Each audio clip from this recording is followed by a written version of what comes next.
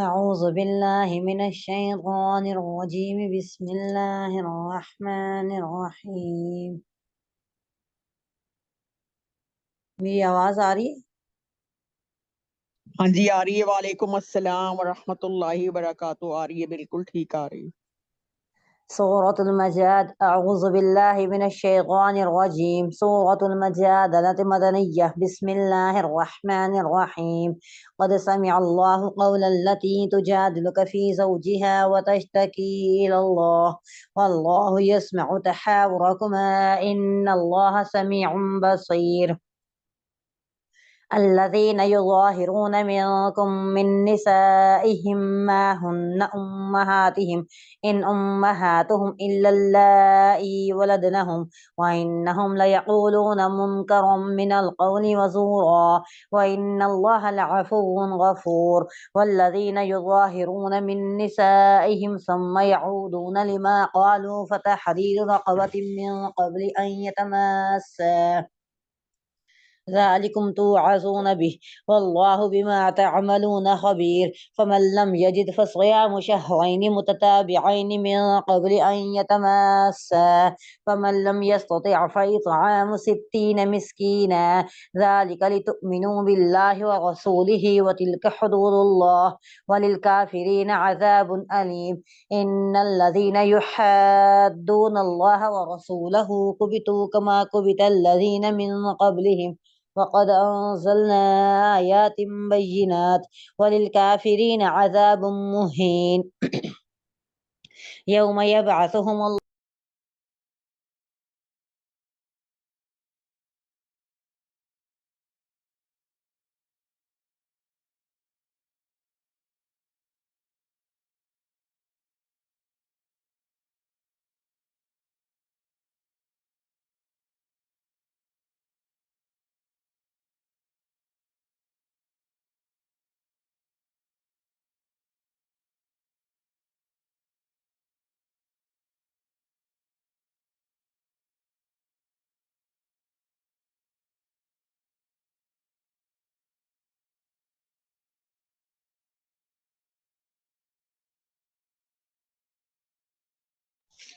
ہنا آپ کی آواز نہیں آ رہی۔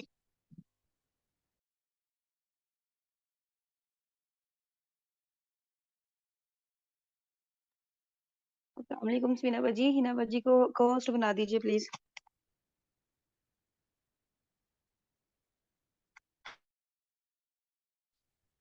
بسم الله الرحمن الرحيم إن الذين يحادون الله ورسوله كبتوا كما كبت الذين من قبلهم وقد أنزلنا آيات بينات وللكافرين عذاب مهين يوم يبعثهم الله جميعا فينبئهم بما عملوا أحصاه الله ونسوه والله على كل شيء شهيد ألم تر أن الله يعلم ما في السماوات وما في الأرض ما يكون من نجوى 3 إلا هو رابعهم ولا 5 إلا هو سادسهم ولا أدنى من ذلك ولا أكثر إلا هو معهم أينما كانوا ثم ينبئهم بما عملوا والله بكل شيء عليم ألم تر إلى الذين نهوا عن النجوى ثم يعودون لما نهوا عنه ويتناجون بالإثم والعدوان ومعصية الرسول وإذا جاءوك حيوك بما لم يحيك به الله ويقولون في أنفسهم لولا يعذبنا الله بما نقول حسبهم جهنم يصلونها فبئس المصير يا أيها الذين آمنوا إذا تناجيتم فلا تتناجوا بالإثم والعدوان ومعصية الرسول وتناجوا بالبر والتقوى واتقوا الله الذي إليه تحشرون إنما النجوى من الشيطان ليحزن الذين آمنوا وليس بضارهم شيئا إلا بإذن الله وعلى الله فليتوكل المؤمنون يؤمنون يا أيها الذين آمنوا إذا قيل لكم تفسحوا في المجالس فافسحوا يفسح الله لكم وإذا قيل انشزوا فانشزوا يرفع الله الذين آمنوا منكم والذين أوتوا العلم درجات والله بما تعملون خبير يا أيها الذين آمنوا إذا ناجيتم الرسول فقدموا بين يدي نجواكم صدقة ذلك خير لكم وأطهر فإن لم تجدوا فإن الله غفور رحيم أأشفقتم أن تقدموا بين يدي نجواكم صدقات فإذ لم تفعلوا وتاب الله عليكم فأقيموا الصلاة وآتوا الزكاة وأطيعوا الله ورسوله والله خبير بما تعملون ألم تر إلى الذين تولوا قوما غضب الله عليهم ما هم منكم ولا منهم ويحلفون على الكذب وهم يعلمون أعد الله لهم عذابا شديدا إنهم ساء ما كانوا يعملون اتخذوا أيمانهم جنة فصدوا عن سبيل الله فلهم عذاب مهين لن تغني عنهم أموالهم ولا أولادهم من الله شيئا أولئك أصحاب النار هم فيها خالدون يوم يبعثهم الله جميعا فيحلفون له كما يحلفون لكم ويحسبون أنهم على شيء ألا إنهم هم الكاذبون استحوذ عليهم الشيطان فأنساهم ذكر الله أولئك حزب الشيطان ألا إن حزب الشيطان هم الخاسرون إن الذين يحادون الله ورسوله أولئك في الأذلين كتب الله لأغلبن أنا ورسلي إن الله قوي عزيز لا تجد قوما يؤمنون بالله واليوم الآخر يوادون من حاد الله ورسوله ولو كانوا آباءهم أو أبناءهم أو إخوانهم أو عشيرتهم أولئك كتب في قلوبهم الإيمان وأيدهم بروح منه ويدخلهم جنات تجري من تحتها الأنهار خالدين فيها رضي الله عنهم ورضوا عنه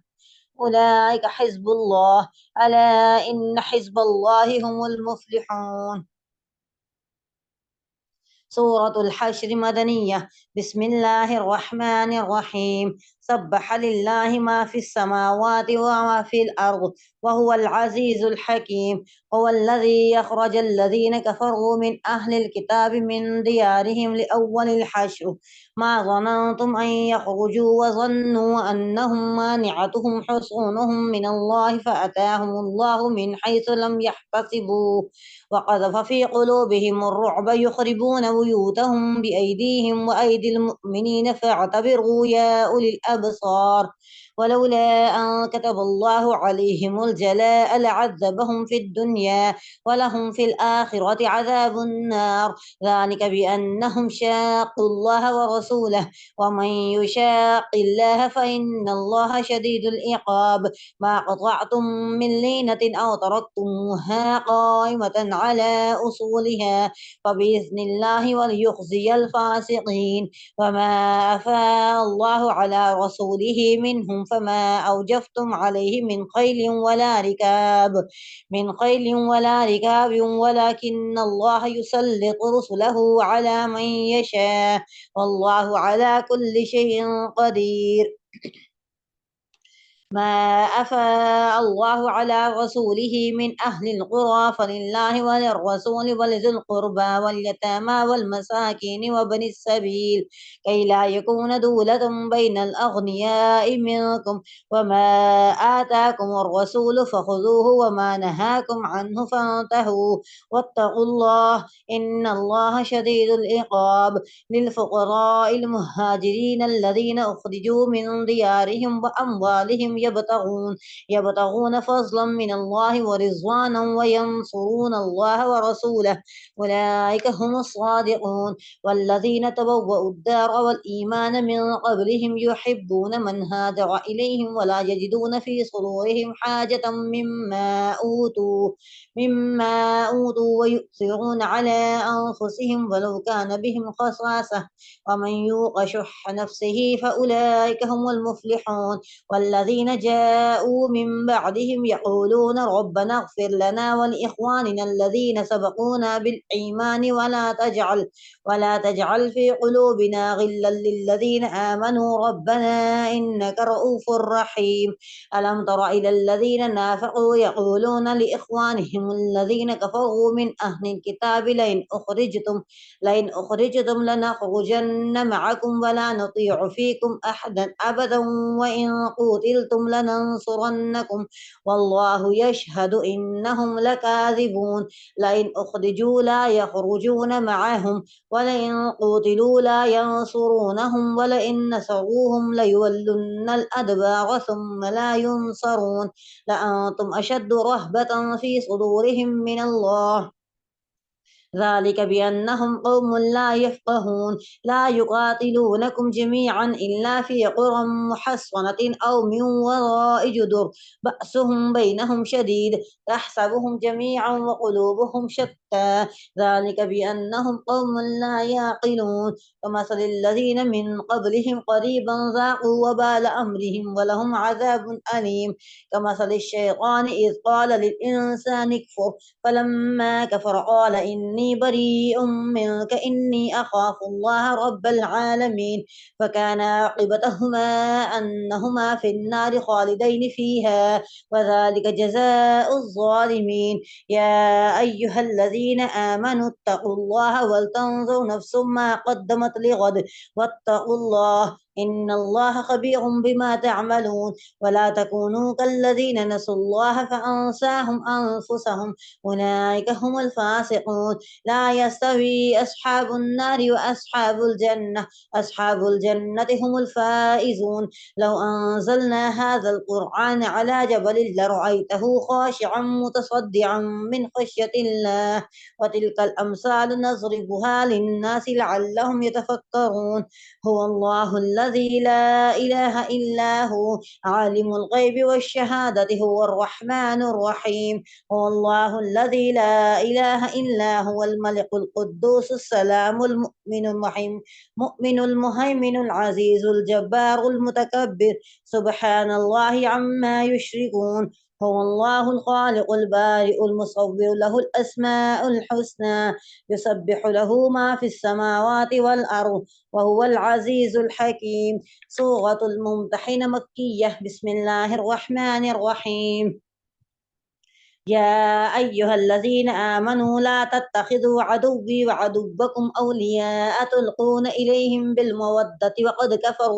وقد كفروا بما جاءكم من الحق يخرجون الرسول وإياكم أن تؤمنوا بالله ربكم إن كنتم خرجتم جهادا في سبيلي وابتغاء مرضاتي تسرون إليهم بالمودة وأنا أعلم بما أخفيتم وما أعلنتم ومن يفعله منكم فقد ضل سواء السبيل إن يثقفوكم يكونوا لكم أعداء ويبسطوا إليكم أيديهم وألسنتهم بالسوء وودوا لو تكفرون لا تنفعكم أرحامكم ولا أولادكم يوم القيامة يفصل بينكم والله بما تعملون بصير قد كانت لكم أسوة حسنة في إبراهيم والذين معه إذ قالوا لقومهم إنا براء منكم ومما تعبدون من دون الله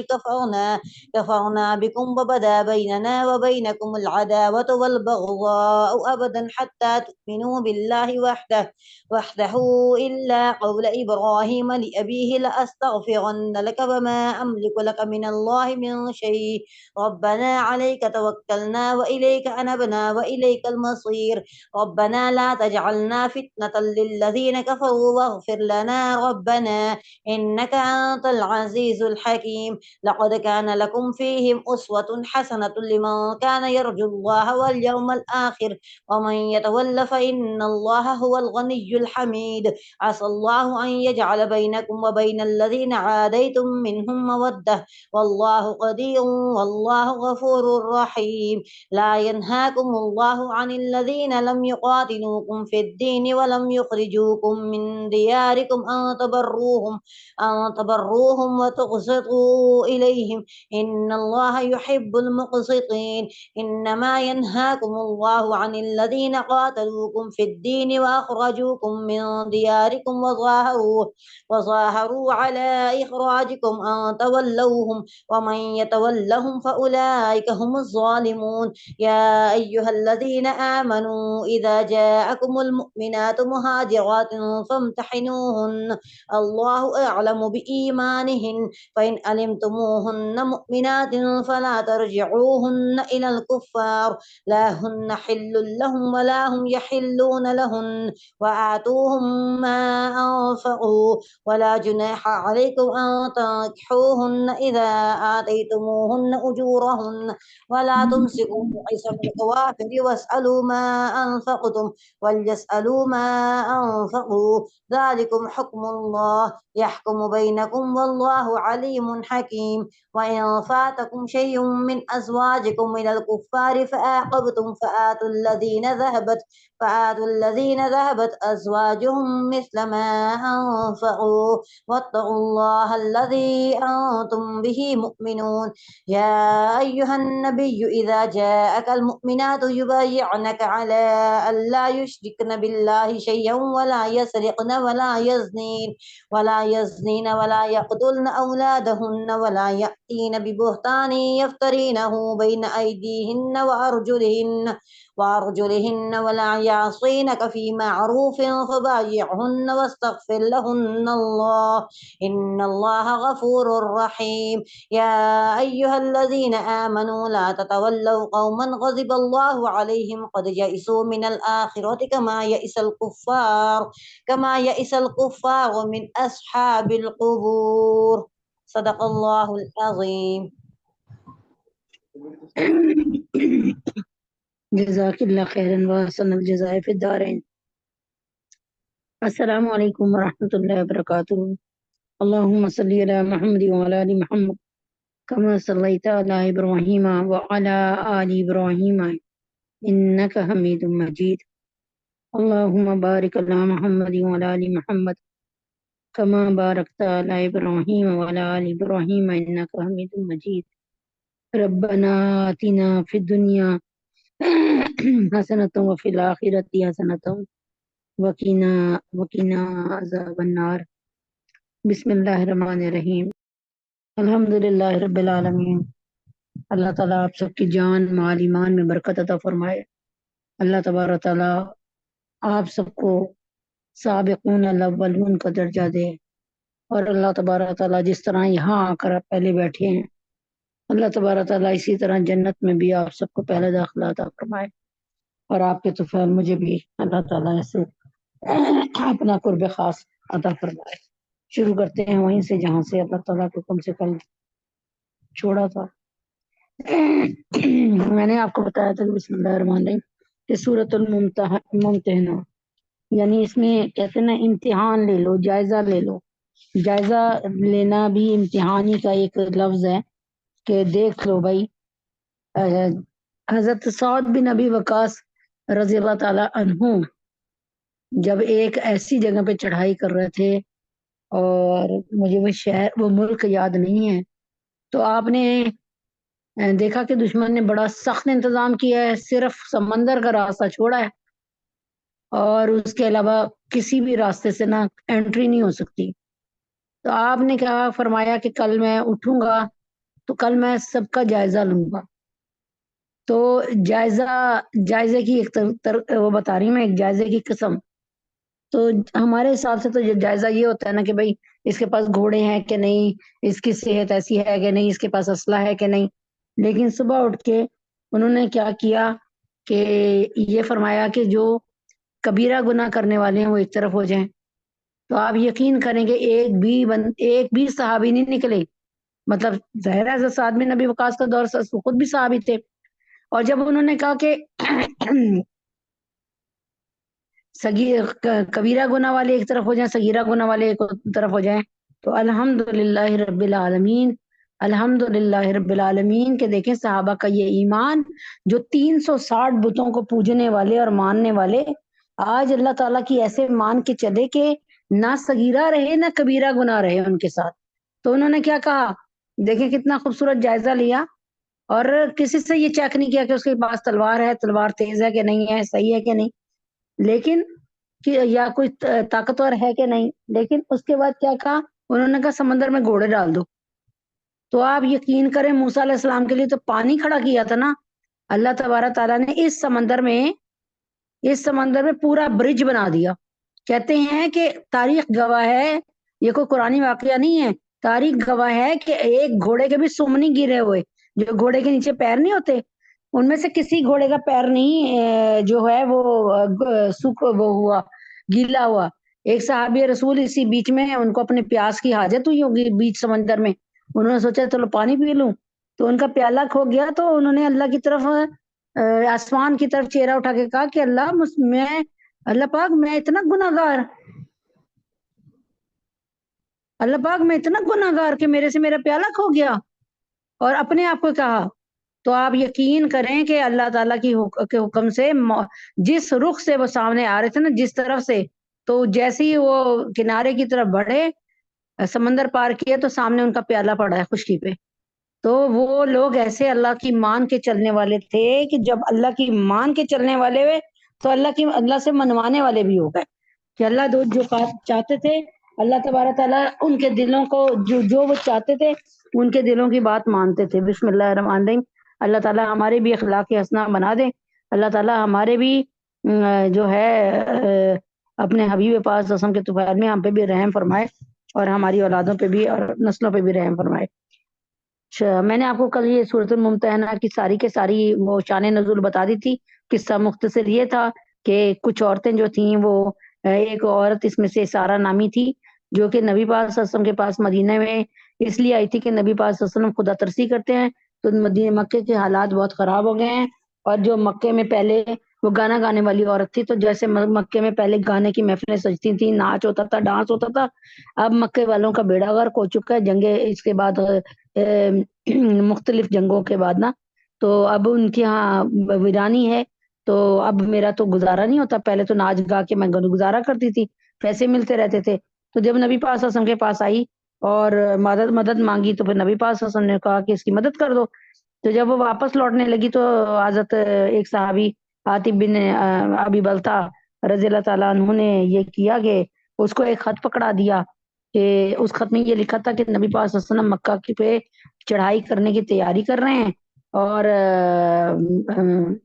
عنقریب ہی آپ پر چڑھائی کر دیں گے. ٹھیک ہے، لیکن نبی پاک صلی اللہ علیہ وسلم اس خبر کو بہت چھپا رہے تھے کہ اچانک ہی دشمن پہ حملہ کرنا چاہیے، کیونکہ جنگ نام ہے دھوکے کا، جنگ نام ہے دھوکے کا، تو اس میں دھوکہ دینا جائز ہے. تو فرمایا کہ ایسا ہوا کہ یہ خط لے کے سارہ نامی ایک جو ہے عورت بھاگ جا رہی تھی. تو اللہ تعالیٰ نے نبی اکرم صلی اللہ علیہ وسلم سے فرمایا کہ بھائی تمہارا جو ہے نا وہ یہ راز جو ہے وہ اب راز نہیں رہے گا. اور ایک وہ جو سارہ نامی عورت ہے ایک خفیہ خط لے کر گئی ہے اور روضہ تو خاک کے مقام تک پہنچ چکی ہے. روضہ تو خاک ایک جگہ تھی جو مکہ اور مدینہ کے درمیان تھی. آپ نے حضرت علی، حضرت مرثد اور حضرت زبیر رضی اللہ عنہ کو اس مہم پر روانہ کیا کہ وہ اس عورت کا پیچھا کر کے اسے وہ خط برآمد کر لیں اور یہاں واپس لے آئیں. یہ حضرات گئے، انہوں نے وہ خط برآمد کر لیا. حضرت حاتب سے پوچھا تو انہوں نے یہ کہہ دیا تھا کہ یا رسول اللہ میں نے یہ کیا ہے صرف اس لیے کیا ہے کہ یہ خط پا کر منافق کفار مکہ جو ہیں وہ اس بات کا خیال کر لیں کہ میں تو یمن سے شفٹ ہوا تھا وہاں پہ مکہ میں، اور میں تو یہاں آ گیا مدینہ میں، مکہ میں میری فیملی ہے اور وہ مسلمان ہے، تو کفار مکہ ان کے ساتھ دید لیاز کر لیں اور میرا ان پر ایک احسان ہو جائے، اور مجھے پتا تو تھا کہ آپ نے ہر صورت جیتنا ہے، یعنی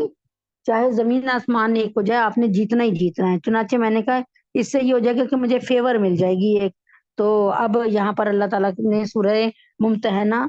جو ہے وہ نازل فرمائی کہ امتحان لے لیا کرو، دلوں کو چیک کر لیا کرو۔ اے ایمان والو اگر تم میرے راستے میں جہاد کرنے کی خاطر، بسم اللہ الرحمن الرحیم، اے ایمان والو اگر تم میرے راستے میں جہاد کرنے کی خاطر اور میری خوشنودی حاصل کرنے کے لیے گھروں سے نکلے ہو تو میرے دشمنوں اور اپنے دشمنوں کو ایسا دوست مت بناؤ کہ ان کو محبت کے پیغام بھیجنے لگو۔ یہ کیسے ڈائریکٹ ہٹ کی ہے اللہ تعالیٰ نے کہ پہلا جو حکم ہے وہ یہی ہے کہ اے ایمان والو، یعنی اے حاطب ابن بلتا، حاطب بن ابی بلتا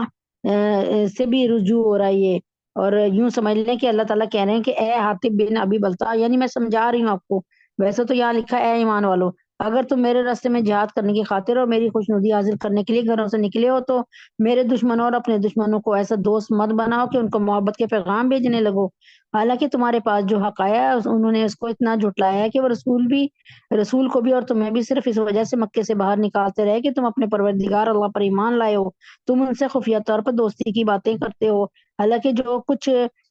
تم خفیہ طور پہ کرتے ہو اور جو کچھ اعلانیہ کرتے ہو میں اس سب کو بری طرح جانتا ہوں۔ تم میں جو کوئی بھی ہے ایسا کرے گا اور راستے سے اور تم میں سے جو کوئی بھی ایسا کرے وہ راستے سے بھٹک گیا۔ یعنی کیسی اللہ تعالیٰ نے خوبصورت بات کی ہے کہ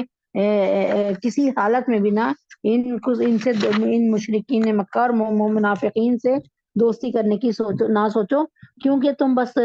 راست بازی کے ساتھ لگے رہو، اللہ تبارک تعالیٰ ہر قریب تمہیں فتح عطا فرما دے گا۔ تم اس بات میں مت ڈرو، اللہ پہ اپنا معاملہ چھوڑو، اگر تم ان کے ہاتھ آ جاؤ تو تمہارے دشمن بن جائیں گے۔ اللہ فرماتے ہیں اگر تم ان کے ہاتھ آ جاؤ تو تمہارے ساتھ یہ اچھا سلوک نہیں کریں گے، بلکہ صحیح معنوں میں جو دشمنی والا ہوتا ہے نا سلوک کریں گے، وہ یہ نہیں کریں گے کہ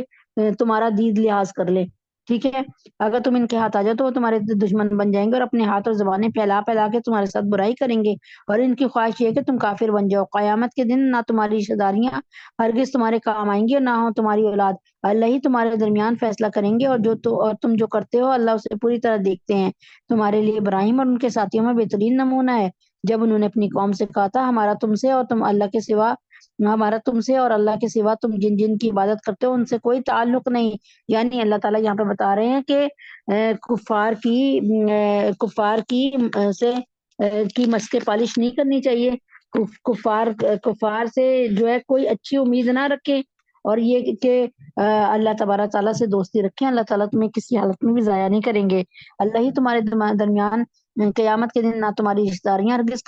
تمہارے کام آئیں گی اور نہ تمہاری اولاد۔ اللہ تعالیٰ فرما رہے ہیں کہ یہاں تو حاطب بن ابی بلتا نے یہ کیا نا کہ فیور لینے کے لیے اس طرح کی ایک خبر کو آؤٹ کرنا چاہا، تو اللہ تعالیٰ فرما رہے ہیں لیکن قیامت میں کیا کرو، قیامت میں تو سارے معاملات میرے ہی ہاتھ میں ہوں گے، اللہ ہی تمہارے درمیان فیصلہ کریں گے، اور تم جو کچھ کرتے ہو اللہ اسے پوری طرح دیکھتے ہیں۔ تمہارے لیے ابراہیم اور ان کے ساتھیوں میں بہترین نمونہ ہے، جب انہوں نے اپنی قوم سے کہا تھا ہمارا تم سے اور اللہ کے سوا تم جن جن کی عبادت کرتے ہو ان سے کوئی تعلق نہیں، ہم تمہارے عقائد کے منکر ہیں، اور تمہارے درمیان ہمیشہ کے لیے دشمنی اور بغض پیدا ہو گیا ہے، جب تک تم جیسے حضرت ابراہیم علیہ السلام کی مثال یوں دی کہ وہ معاہد تھے، دین حنیف پہ چلتے تھے، انہوں نے کسی رشتہ داری کو، دنیا کی کسی رشتہ داری کو سامنے نہیں لائے وہ اپنے دین کے کام میں، اور انہوں نے اپنے باپ سے، اپنے وطن سے، اپنے گھر والوں سے سب کو یعنی خدا حافظ کہا، اور اللہ کے بھروسے پہ وہ کہاں کنعان کی طرف، فلسطین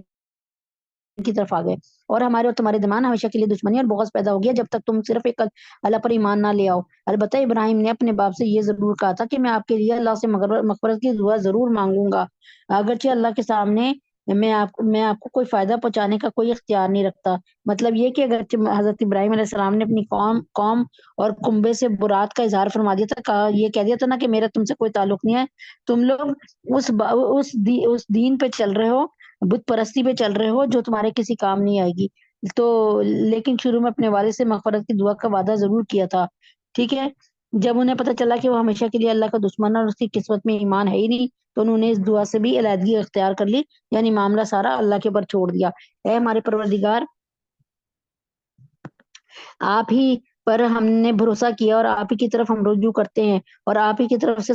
آپ ہی کی طرف سب کو لوٹ کر جانا ہے۔ اے ہمارے پروردگار ہمیں کافروں کا تختہ مشق نہ بنائیے۔ یہ تو دعا ان کے لیے بھی ہے نا، کیا کہتے ہیں، فلسطین کے لوگوں کے لیے۔ دوبارہ سنیے، اے ہمارے پروردگار آپ ہی پر ہم نے بھروسہ کیا اور آپ ہی کی طرف ہم رجوع ہوئے ہیں اور آپ ہی کی طرف سب کو لوٹ کر جانا ہے۔ اے ہمارے پروردگار ہمیں کافروں کا تختہ مشق نہ بنائیے اور ہمارے پروردگار ہماری مغفرت فرما دیجیے۔ یقیناً آپ اور صرف آپ ہی کی وہ ذات ہے جس کا اقتدار بھی کامل ہے، جس کی حکمت بھی کامل ہے۔ مسلمانوں، یقیناً تمہارے لیے ان لوگوں کے طرز عمل میں بہترین نمونہ ہے ہر اس شخص کے لیے جو اللہ اور روز آخرت سے امید رکھتا ہو، اور جو شخص منہ موڑے تو وہ یاد رکھے اللہ سب سے بے نیاز ہے، بذات خود قابل تعریف ہے۔ کچھ بعید نہیں کہ اللہ تمہارے اور جن لوگوں سے تمہاری دشمنی ہے ان کے درمیان دوستی پیدا کر دے، اور اللہ بڑی قدرت رکھنے والے ہیں اور اللہ بہت بخشنے والے ہیں اور بہت مہربان ہے۔ تو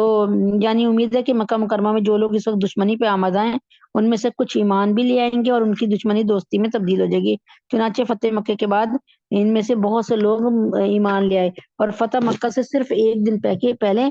جو تھے حضرت ابو سفیان جو ہیں وہ ایمان لے آئے تھے۔ اللہ تمہیں اس بات سے منع نہیں کرتے کہ جن لوگوں نے دین کے معاملے میں تم سے جنگ نہیں کی اور تمہیں تمہارے گھروں سے نہیں نکالا ان کے ساتھ تم کوئی نیکی یا انصاف کا معاملہ کرو۔ یقیناً اللہ انصاف کرنے والوں کو پسند فرماتے ہیں۔ اللہ تو تمہیں اس بات سے منع فرماتے ہیں کہ جن لوگوں نے تمہارے ساتھ دین کے معاملے میں جنگ کی ہے اور تمہیں اپنے گھروں سے نکالا ہے اور تمہیں نکالنے میں ایک دوسرے کی مدد کی ہے، تم ان سے دوستی رکھو اور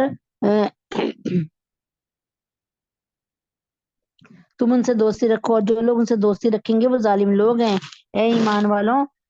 والوں، جب تمہارے پاس مسلمان عورتیں ہجرت کر کے آئیں تو تم ان کو جانچ لیا کرو۔ یہ سارا نامی جو عورت آئی تھی اس کے لیے اللہ ہی ان کے ایمان کے بارے میں بہتر جانتا ہے۔ پھر جب تمہیں یہ معلوم ہو جائے کہ وہ مومن عورتیں ہیں تو تم انہیں کافروں کے پاس واپس نہ بھیجنا، تو وہ ان کافروں کے لیے حلال نہیں ہے۔ یعنی اللہ تعالیٰ، یہ میں اس کی تفسیر بتاتی ہوں آپ کو، وہ ان کافروں کے لیے حلال نہیں ہے اور وہ کافر ان کے لیے حلال نہیں ہے۔ یعنی کوئی مسلمان ہو کر آ جائے تو اللہ تعالیٰ کے نبی اکرم صلی اللہ علیہ وسلم مطلب اللہ تعالیٰ ان سے فرما رہے ہیں کہ بھائی اگر کوئی مسلمان ہو کے آ جاتا ہے چاہے عورت ہو چاہے مرد، اس کو یہی ٹھکانہ دو اور اس کو دوبارہ نہ بھیجو، کیونکہ جو اگر عورت ہے تو جو اپنے میاں کے پاس جائے گی، میاں کافر اور عورت مسلمان، تو ان کا تو آپس میں کوئی رشتہ نہیں رہا، وہ ان کافروں کے لیے حلال نہیں ہے اور وہ کافر ان کے لیے حلال نہیں ہے۔ اور ان کافروں نے جو کچھ ان عورتوں پر مہر کی صورت میں خرچ کیا وہ انہیں ادا کر دو، اور تم پر ان عورتوں سے نکاح کرنے میں کوئی گناہ نہیں ہے۔ یعنی کوئی بھی عورت جو مسلمان ہو کر آ جائے جس کا میاں کافری ہے تو تم لوگ اس سے نکاح کرو، جبکہ تم نے ان کے مہر انہیں ادا کر دیا، اور مہر بھی دو، اور تم کافر عورتوں کی عصمتیں اپنے قبضے میں باقی نہ رکھو، اور جو کچھ تم نے ان کافر بیویوں پر مہر کی صورت میں خرچ کیا تھا وہ تم ان کے شوہروں سے مانگ لو، ٹھیک ہے۔ تو یعنی اگر تم نے مہر دیا ہے تو اب ان کے یعنی یہاں پر ان کے نئے شوہروں سے مانگ لو، اور انہوں نے جو کچھ اپنے مسلمان ہو جانے والی بیویوں پر خرچ کیا تھا وہ ان کے نئے مسلمان شوہروں سے مانگ لو۔ یعنی اگر ایک باقرہ نامی ایک عورت مسلمان ہو کر آ گئی تو اب اس کا نکاح ٹوٹ چکا ہے، تو اب تم اس کو اپنے نکاح میں لے آؤ اور جو اس کا مہر اس کے شوہر نے دیا تھا نا اس کو واپس کر دو، ٹھیک ہے، اس کو تم اپنی طرف سے اس کو دے دو۔ یہ اللہ کا فیصلہ، وہی تمہارے درمیان فیصلہ کرتا ہے، اور اللہ بڑی علم والے اور بڑی حکمت والے ہیں۔ اور اگر تمہاری بیویوں میں سے کوئی کافروں کے پاس جا کر تمہارے ہاتھ سے نکل جائے پھر تمہاری نوبت آئے تو جن لوگوں کی بیویاں جاتی رہی ان کو اتنی رقم ادا کر دو جتنی انہوں نے اپنی ان بیویوں پر خرچ کی تھی، اور اللہ سے ڈرتے رہو جس پر تمہیں مان لائے۔ یہاں پر اللہ تبارک تعالیٰ یہ بھی فرما رہے ہیں کہ اگر کوئی عورت کافرہ ہو جاتی ہے نا اور جا کے کسی کافر سے نکاح کر لیتی تو کافر کو چاہیے کہ اس کو اس کے پرانے شوہر کو اس کی مہر کی رقم دے دے۔ تو اس میں کوئی اچھا جی، اس کے یہاں پہ اللہ تعالیٰ نے فرمایا کہ ان عورتوں کے جو نئے شوہر ہیں وہ مہر پرانے مسلمان شوہروں کو واپس کر دیں اگر کوئی کافرہ عورت جو ہے نا مسلمان ہو گئی ہے تو۔ اس لیے مسلمان شوہروں کو حکم دیا کہ وہ اپنی متعلقہ بیویوں کے لیے نئے شوہروں سے مہر کا مطالبہ کر سکتے ہیں۔ یعنی جو کافرہ ہو کر چلی گئیں اور وہاں پر جا کر انہوں نے کافر آدمی سے شادی کر لی تو وہ کافر آدمی انہیں مہر دے دے، اور اگر کوئی وہاں سے مسلمان ہو کر یہاں پر آ گئی تو یہ مسلمان کو چاہیے کہ کافر اس کے کافر میاں کو اس کا مہر دے دے۔ اے نبی جب تمہارے پاس مسلمان عورتیں اس بات پر بیعت کرنے کے لیے آئیں کہ وہ اللہ کے ساتھ کسی بھی چیز کو شریک نہیں مانیں گی اور چوری نہیں کریں گی، زنا نہیں کریں گی، اپنی اولاد کو قتل نہیں کریں گی اور نہ کوئی ایسا بہتان باندھے گی جو انہوں نے اپنے ہاتھوں اور پاؤں کے درمیان گھڑ لیا ہو۔ تو یہاں پر سن لیں، عربی محاورے کے مطابق ہاتھوں اور پاؤں کے درمیان بہتان باندھنے کے دو مطلب ہو سکتے ہیں۔ ایک یہ کہ کھلم کھلا اور جانتے بوجھتے کسی پر جھوٹا بہتان باندھ دیا جائے، اور ہاتھ اور پاؤں کے درمیان بہتان باندھنے کا دوسرا مطلب ہو سکتا ہے کہ وہ کسی ایسے شخص کو اپنے شوہر کا بیٹا قرار دے جو در حقیقت اس کا نہیں ہے۔ جاہلیت کے زمانے میں عورتیں یا تو کسی اور کا بچہ اٹھا لاتی تھیں اور کہتی تھیں یہ میرے شوہر کا بچہ ہے، یا جانتے بوجھتے زنا کر لیتی تھیں اور اس حرام کی اولاد کو اپنے شوہر کی طرف منسوب کرتی تھیں کہ یہ تو ہمارے شوہر کا بیٹا ہے۔ یہاں اس گھنونے جرم سے باز رہنے کا معاہدہ کیا ہے۔ تو اللہ تعالیٰ نے فرمایا کہ واضح رہے کہ جب آن وسلم کسی عورت کو بیعت کرتے تھے تو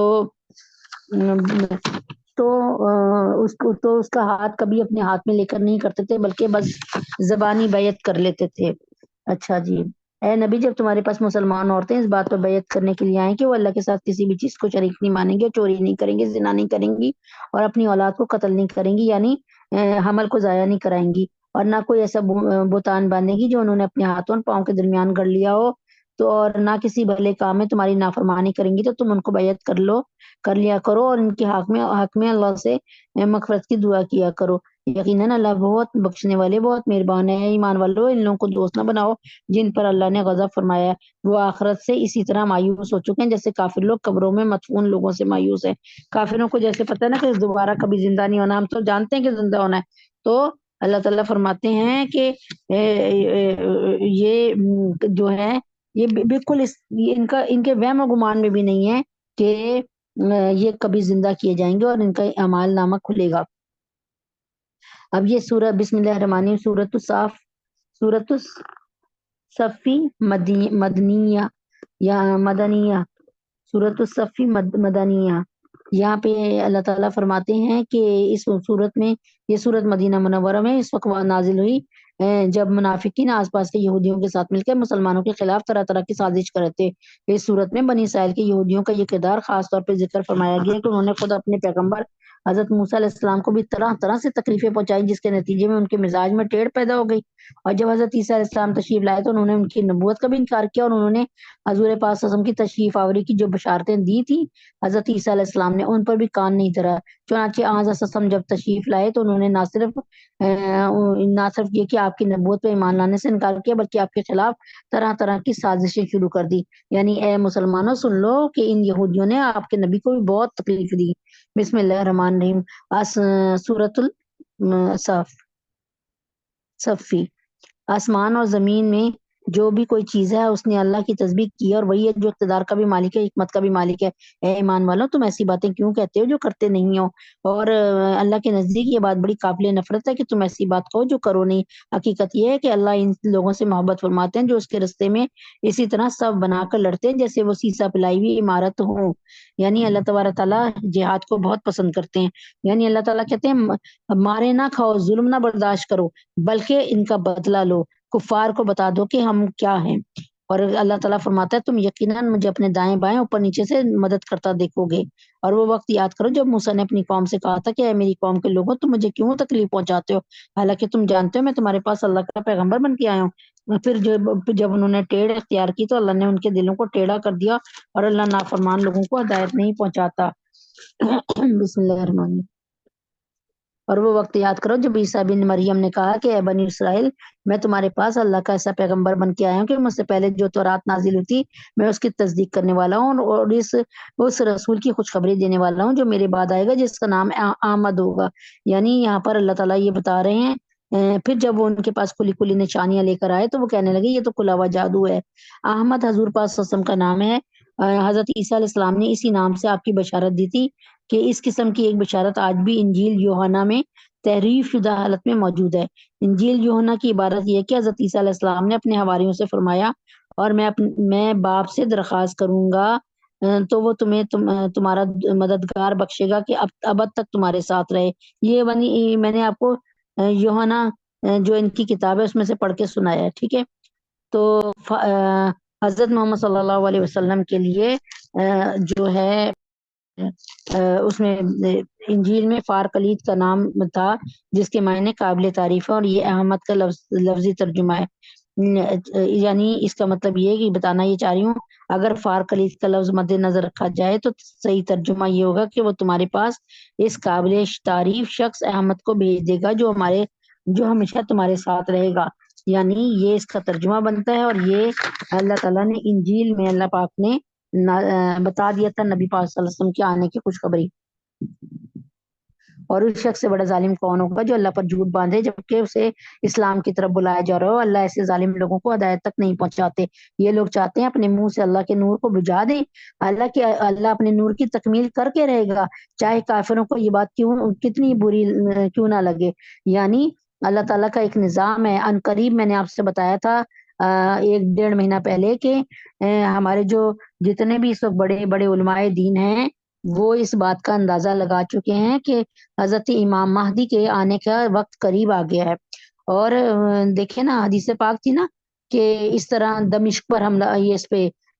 فلسطین پہ حملہ ہوگا، اور اس طرح وہ یہودیوں کو ماریں گے بھی اور ان سے لڑیں گے، اور یہاں تک کہ قیامت قائم ہو جائے گی۔ ٹھیک ہے نا، یہ حدیث پاک کا مفہوم بتایا میں نے آپ کو۔ تو پھر کیا میں آپ کو بتا رہی ہوں نا کہ قیامت، قرب قیامت میں امام مہدی کا لشکر آئے گا، اور پھر امام مہدی کا لشکر جو ہے وہ کن کے لشکر کے ساتھ ملے گا؟ حضرت عیسیٰ علیہ السلام کے۔ امام مہدی کی عمر جو ہوگی اس وقت جتنا زندگی رہے گی وہ 7 یا 8 سال زندہ رہیں گے، اور پھر وہ رخصت ہو جائیں گے، اور امام حضرت عیسیٰ علیہ السلام 40-45 سال کی عمر گزار کر اس دنیا سے جائیں گے۔ اچھا جی، یہ لوگ چاہتے ہیں اپنے منہ سے اللہ کے نور کو بجھا دیں، حالانکہ اللہ اپنے نور کی تکمیل کر کے رہے گا، چاہے کافروں کو یہ بات کتنی ہی بری کیوں نہ لگے۔ وہی تو ہے جس نے اپنے رسول کو ہدایت اور سچائی کا دین دے کر بھیجا تاکہ وہ اسے تمام دوسرے دینوں پر غالب کر دے۔ یعنی کافر چاہتے ہیں دین اسلام مٹ جائے، مسلمان ختم ہو جائیں، چاہے مشرک لوگوں کو یہ بات کتنی بری کیوں نہ لگے۔ اے ایمان والو، کیا میں تمہیں ایک ایسی تجارت کا پتہ دوں جو تمہیں دردناک عذاب سے نجات دلا دے؟ اور وہ یہ ہے کہ تم اللہ اور اس کے رسول پر ایمان لے آؤ اور اپنے مال و دولت اور اپنی جانوں سے اس کے راستے میں جہاد کرو۔ یہ تمہارے لیے بہترین بات ہے اگر تم سمجھو۔ اس کے نتیجے میں اللہ تمہاری خاطر تمہارے گناہوں کو بخش دے گا اور تمہیں ان باغوں میں داخل کرے گا۔ یعنی اللہ تعالیٰ فرما رہے ہیں یغفر لکم ذنوبکم ویدخلکم جنات تجری من تحتها الانہار۔ یعنی اللہ تعالیٰ فرماتے ہیں کہ اگر تم اللہ اور اس کے رسول پہ ایمان لو اور اپنا مال دولت اپنی جانوں سے اس کے راستے میں جہاد کرو، یہ تمہارے لیے بہترین بات ہے اگر تم سمجھو۔ اس کے نتیجے میں یعنی اس کے بدلے اللہ تعالیٰ تمہاری خاطر تمہارے گناہوں کو بخش دے گا اور تمہیں ان باغوں میں داخل کرے گا جس کے نیچے نہریں بہتی ہوں گی، اور ایسے عمدہ گھروں میں بسائے گا جو ہمیشہ ہمیشہ رہنے والی جنتوں میں واقع ہوں گے۔ یہی زبردست کامیابی ہے، اور ایک اور چیز تمہیں دے گا جو تمہیں پسند ہے، اور وہ ہے اللہ کی طرف سے مدد اور ایک ایسی فتح جو عنقریب حاصل ہوگی۔ اور اے پیغمبر، ایمان والوں کو اس بات کی خوشخبری سنا دیجئے کہ اے ایمان والوں، تم اللہ کے دین کی مددگار بن جاؤ، اسی طرح جیسے حضرت عیسیٰ علیہ السلام نے اپنے حواریوں سے کہا تھا کہ وہ کون ہے جو اللہ کے واسطے میرے مددگار بنے۔ حواریوں نے کہا ہم اللہ کے دین کے مددگار ہیں۔ پھر بنی اسرائیل کا ایک گروہ ایمان لے آیا اور ایک گروہ نے کفر اختیار کیا۔ چنانچہ جو لوگ ایمان لے آئے ہم نے ان کے دشمنوں کے خلاف ان کی مدد کی، نتیجہ یہ ہوا کہ وہ غالب آئے۔ یعنی اللہ تبارک تعالیٰ نے حضرت عیسیٰ علیہ السلام کے ان لوگوں کی جنہوں نے ان کا ہر حالت میں ساتھ دیا، اور یہاں تک کہ تاریخ کی کتابیں میں تفسیر کی کتابوں میں لکھا ہے کہ جب حضرت عیسیٰ علیہ السلام کو ان یہودیوں نے ختم کرنا چاہا تو اللہ تعالیٰ کے حکم سے حضرت عیسیٰ علیہ السلام نے فرمایا کہ ہے کوئی میرا ایسا ساتھی جو میری جگہ قربان ہو جائے، قتل ہو جائے؟ اور اس میں ان کا ایک ساتھی بولا کہ ہاں، جس کی شکل آپ مطلب کہا کہ ہاں میں انشاءاللہ، مطلب ایک ساتھی نے کہا میں آپ کی جگہ شہید ہونے کو تیار ہوں، اور وہ شہید ہو گئے اور آپ کو اللہ تعالیٰ نے اٹھا لیا۔ بسم اللہ الرحمن الرحیم۔ سورۃ الجمعہ، سورہ جمعہ ضرور پڑھا کریں جمعے کے دن، اور نیت کیا کریں کہ اللہ تعالیٰ ہماری جو بچیاں ہیں اللہ تعالیٰ ان کے لیے نیک بر اور نیک در کا فیصلہ فرمائے۔ آسمانوں اور زمین، بسم اللہ الرحمن الرحیم، آسمانوں اور زمینوں میں جو چیز بھی ہے وہ اللہ کی تصدیق کرتی ہے، جو بادشاہ ہے، بڑے تقدس کا مالک ہے، جس کا اقتدار بھی کامل ہے، جس کی حکمت بھی کامل ہے، اور وہی ہے جس نے امی لوگوں میں انہی میں سے ایک رسول کو بھیجا جو ان کے سامنے، وہی ہے جس نے امی لوگوں کو لوگوں میں انہی میں سے ایک رسول کو بھیجا جو ان کے سامنے ان کی آیتوں کی تلاوت کریں اور ان کو پاکیزہ بنایا، انہیں کتاب اور حکمت کی تعلیم دے، جبکہ وہ اس سے پہلے کلی گمراہی میں پڑے ہوئے تھے۔ اور یہ کہ یہ رسول جن کی طرف بھیجے گئے ہیں ان میں کچھ اور بھی ہیں جو ابھی ان کے ساتھ آ کر نہیں ملے، اور وہ بڑے اقتدار والے، بڑے حکمت والے ہیں۔ حضرت صلی اللہ علیہ وسلم کی بعثت کا یہی مقصد تھا، پیدائش کا کہ اللہ تعالیٰ نے ان کو جو ہے پورے عالم کے لیے نبی بنایا اور رحمت للعالمین بنایا، اور پورے عالم کے لیے ایک رہنما اور گائیڈ بنایا۔ اور دوسری بات یہ ہے کہ یہ ہے نا کہ اور یہ رسول جن کی طرف بھیجے گئے ان میں کچھ اور بھی ہیں جو ابھی ان کے ساتھ آ کر نہیں ملے۔ اس کا مقصد یہ ہے کہ حضور پاک صلی اللہ علیہ وسلم ان عربوں کے رسول بنا کر نہیں بھیجے گئے جو آپ کے زمانے میں موجود تھے، بلکہ آپ قیامت تک آنے والے تمام انسانوں کے لیے پیغمبر بنا کر بھیجے گئے ہیں، چاہے وہ کسی نسل سے تعلق رکھتے ہوں۔ یعنی اب ہم نبی پاک صلی اللہ علیہ وسلم سے کتنے دنوں بعد پیدا ہوئے، لیکن ہم نبی پاک صلی اللہ علیہ وسلم سے آ کر جڑ گئے۔ یہ اللہ کا فضل ہے، وہ جسے چاہتے ہیں دے دیتے ہیں، اور اللہ بڑے فضل والے ہیں۔ اور جن لوگوں پر تورات کا بوجھ ڈالا گیا پھر انہوں نے اس کا بوجھ نہیں اٹھایا، ان کی مثال اس گدھے کی سی ہے جو بہت سی کتابیں لادے ہوئے ہے، اور بہت بری مثال ہے ان کی جنہوں نے اللہ کی آیتوں کو جھٹلایا، اور اللہ ایسے ظالموں کو ہدایت تک نہیں پہنچاتا۔ یہودی یہ چاہتے تھے کہ آخر زمانے کے نبی ہیں انہی میں سے کوئی، یعنی بنی اسرائیل میں سے آئے، اور عرب کے بت پرست یہ کہتے تھے کہ اگر اللہ تعالیٰ کو کوئی نبی بھیجنا تھا تو وہ ہمارے بڑے بڑے سرداروں میں سے کوئی ہونا چاہیے تھا، یعنی دونوں غلط بکواس کرتے تھے۔ تو اللہ تبارک تعالیٰ نے فرمایا یہ اللہ کا فضل ہے، وہ جسے چاہے دیتا ہے۔ یعنی نبوت جو ہے نا وہ اللہ کی طرف سے ہے، اللہ کا فضل ہے، وہ جسے چاہے نبی بنا دے۔ جیسے طالوت علیہ السلام کو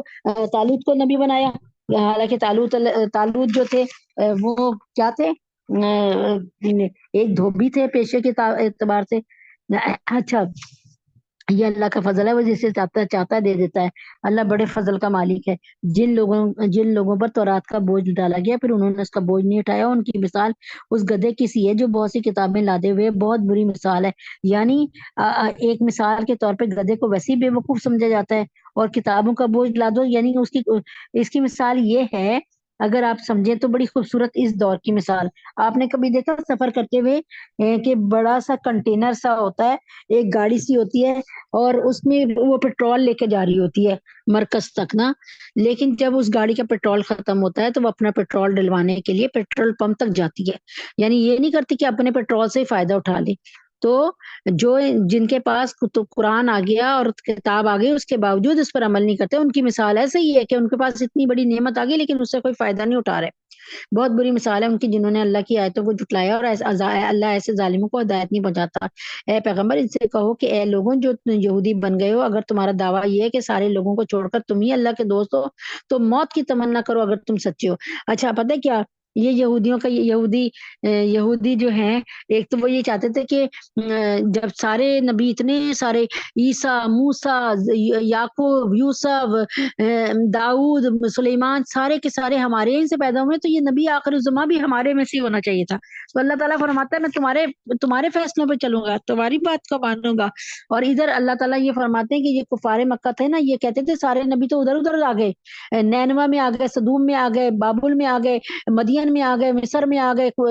کران میں آ گئے، فلسطین میں آ گئے، عراق میں آ گئے، اگر ہمارے پاس بھی کوئی نبی آتا تو ہم سنور جاتے۔ تو اللہ تعالیٰ نے ان کے اس ڈیمانڈ پر یہ ایک مثال کے طور پہ، اور حضرت ابراہیم علیہ السلام نے جب قواعد کعبہ کو بلند کیا تھا نا، کعبہ کو تعمیر کیا تھا، تو انہوں نے بھی کیا کیا تھا کہ یہ کہا تھا کہ اللہ تعالیٰ ادھر ایک ایسا نبی پیدا فرمائیے جو یعنی ان کی اولادوں میں سے ہو، اور جو کہ قرآن کو پڑھ کر سنائے اور لوگوں کا تزکیہ نفس کرے۔ تو یعنی یہ اللہ تعالیٰ کے نبی، اللہ تعالیٰ بتا رہے ہیں کہ اب دیکھو تمہارے درمیان تمہارے نبی آ گیا، تمہارے میں سے ہی آیا، لیکن اب تم ان سے کہتے ہو کہ کسی سردار کو نبی بنانا چاہیے تھا، یہ تو غریب سا ایک یتیم سا بچہ ہے، اس کو نبی کیوں بنا دیا؟ اور انہوں نے اپنے ہاتھوں جو اعمال بھیج رکھے ہیں ان کی وجہ سے یہ کبھی موت کی تمنا نہیں کریں گے۔ تو اللہ تعالیٰ فرما رہے ہیں کہ یہ جو یہودی بن گئے نا، کہ یہ کہتے ہیں کہ بھائی کہ سارے لوگوں کو چھوڑ کر اللہ تعالیٰ، یعنی یہ کہتے ہیں کہ ہم نا ہمارے دلوں میں خیر کی باتیں آ چکی ہیں جتنی آنی تھی، اب نبی پاک صلی اللہ علیہ وسلم کی کوئی بات سننے کو تیار نہیں، ہم نے جتنا سبق پڑھنا تھا پڑھ لیا، تو اور ہم ہی جنت میں جائیں گے۔ تو اللہ تعالیٰ فرماتے ہیں کہ ان کی وجہ یہ ہے کہ یہ کبھی موت کی اچھا، اللہ تعالیٰ فرماتے ہیں اگر تم سچے ہو کہ تم جنت میں جاؤ گے تو تمہیں پتہ ہے کامل یقین ہے، تو پھر اللہ تعالیٰ سے موت کا سوال کرو۔ موت سے تو تم ایسے بدکتے ہو کہ موت سے بری چیز تمہیں کوئی لگتی نہیں ہے۔ تو اللہ تعالیٰ ان کی وجہ سے یہ کبھی موت کی تمنا نہیں کریں گے، اور اللہ ان ظالموں کو خوب جانتے ہیں۔ کہو کہ جس موت سے تم بھاگتے ہو وہ تم سے آ ملنے والی ہے، پھر تمہیں اس اللہ کی طرف لوٹایا جائے گا جسے تمام پوشیدہ اور کھلی ہوئی باتوں کا پورا علم ہے، پھر وہ تمہیں بتائے گا تم کیا کچھ کرتے تھے۔ اے ایمان والو، جب جمعہ کے دن نماز کے لیے پکارا جائے تو اللہ کے ذکر کی طرف لپکو اور خرید و فروخت چھوڑ دو، یہ تمہارے لیے بہتر ہے اگر تم سمجھو۔ پھر جب نماز پوری ہو جائے تو زمین میں منتشر ہو جاؤ، پھیل جاؤ اور اللہ کا فضل تلاش کرو، یعنی روزی تلاش کرو، اللہ کو کثرت سے یاد کرو تاکہ تمہیں فلاح نصیب ہو جائے۔ اور جب کچھ لوگوں نے کوئی تجارت یا کوئی کھیل دیکھا تو ان کی طرف ٹوٹ پڑے اور تمہیں کھڑا ہوا چھوڑ دیا، کہہ دو کہ جو کچھ اللہ کے پاس ہے وہ تجارت اور کھیل سے کہیں زیادہ بہتر ہے، اللہ سب سے بہتر رزق دینے والا ہے۔ جمعہ کی پہلی اذان کے بعد جمعہ کی تیاری کے سوا کوئی اور کام جائز نہیں، نیز جب تک جمعہ ختم نہ ہو جائے تو خرید و فروخت کا کوئی معاملہ جائز نہیں ہے۔ اللہ کے ذکر سے مراد جمعے کا خطبہ اور نماز ہے۔ اور حافظ ابن کثیر نے فرمایا کہ شروع میں آنظر صلی اللہ علیہ وسلم جمعے کی نماز کے بعد خطبہ دیا کرتے تھے۔ ایک مرتبہ جب جمعے کی نماز ختم ہو چکی اور آپ خطبہ دے رہے تھے، ایک قافلہ کچھ سامان لے کر آیا اور ڈھول بجا بجا کر اس کے آنے کا اعلان بھی کیا جا رہا تھا۔ اس وقت مدینہ منورہ میں کھانے پینے کی چیزوں کی بہت کمی تھی، اس لیے صحابہ کی ایک بڑی تعداد خطبہ چھوڑ کر اس قافلے کی طرف نکل گئی اور تھوڑے سے افراد مسجد میں رہ گئے۔ اس آیت میں اس طرف جانے والوں کی کو تنبیہ کی گئی ہے کہ خطبہ چھوڑ کر جانا جائز نہیں ہے تھا۔ اس سے یہ بھی معلوم ہوا کہ جمعے کی صرف نماز ہی فرض نہیں بلکہ خطبہ سننا بھی فرض ہے۔ اپنے مردوں کو بتا دیجیے۔ سورۃ المنافقون، یہ سورت ایک خاص واقعے کا پس منظر بیان کرتی ہے، یعنی اللہ تعالیٰ نے اس کو کیوں نازل کیا۔ اللہ تعالیٰ نے کوئی بھی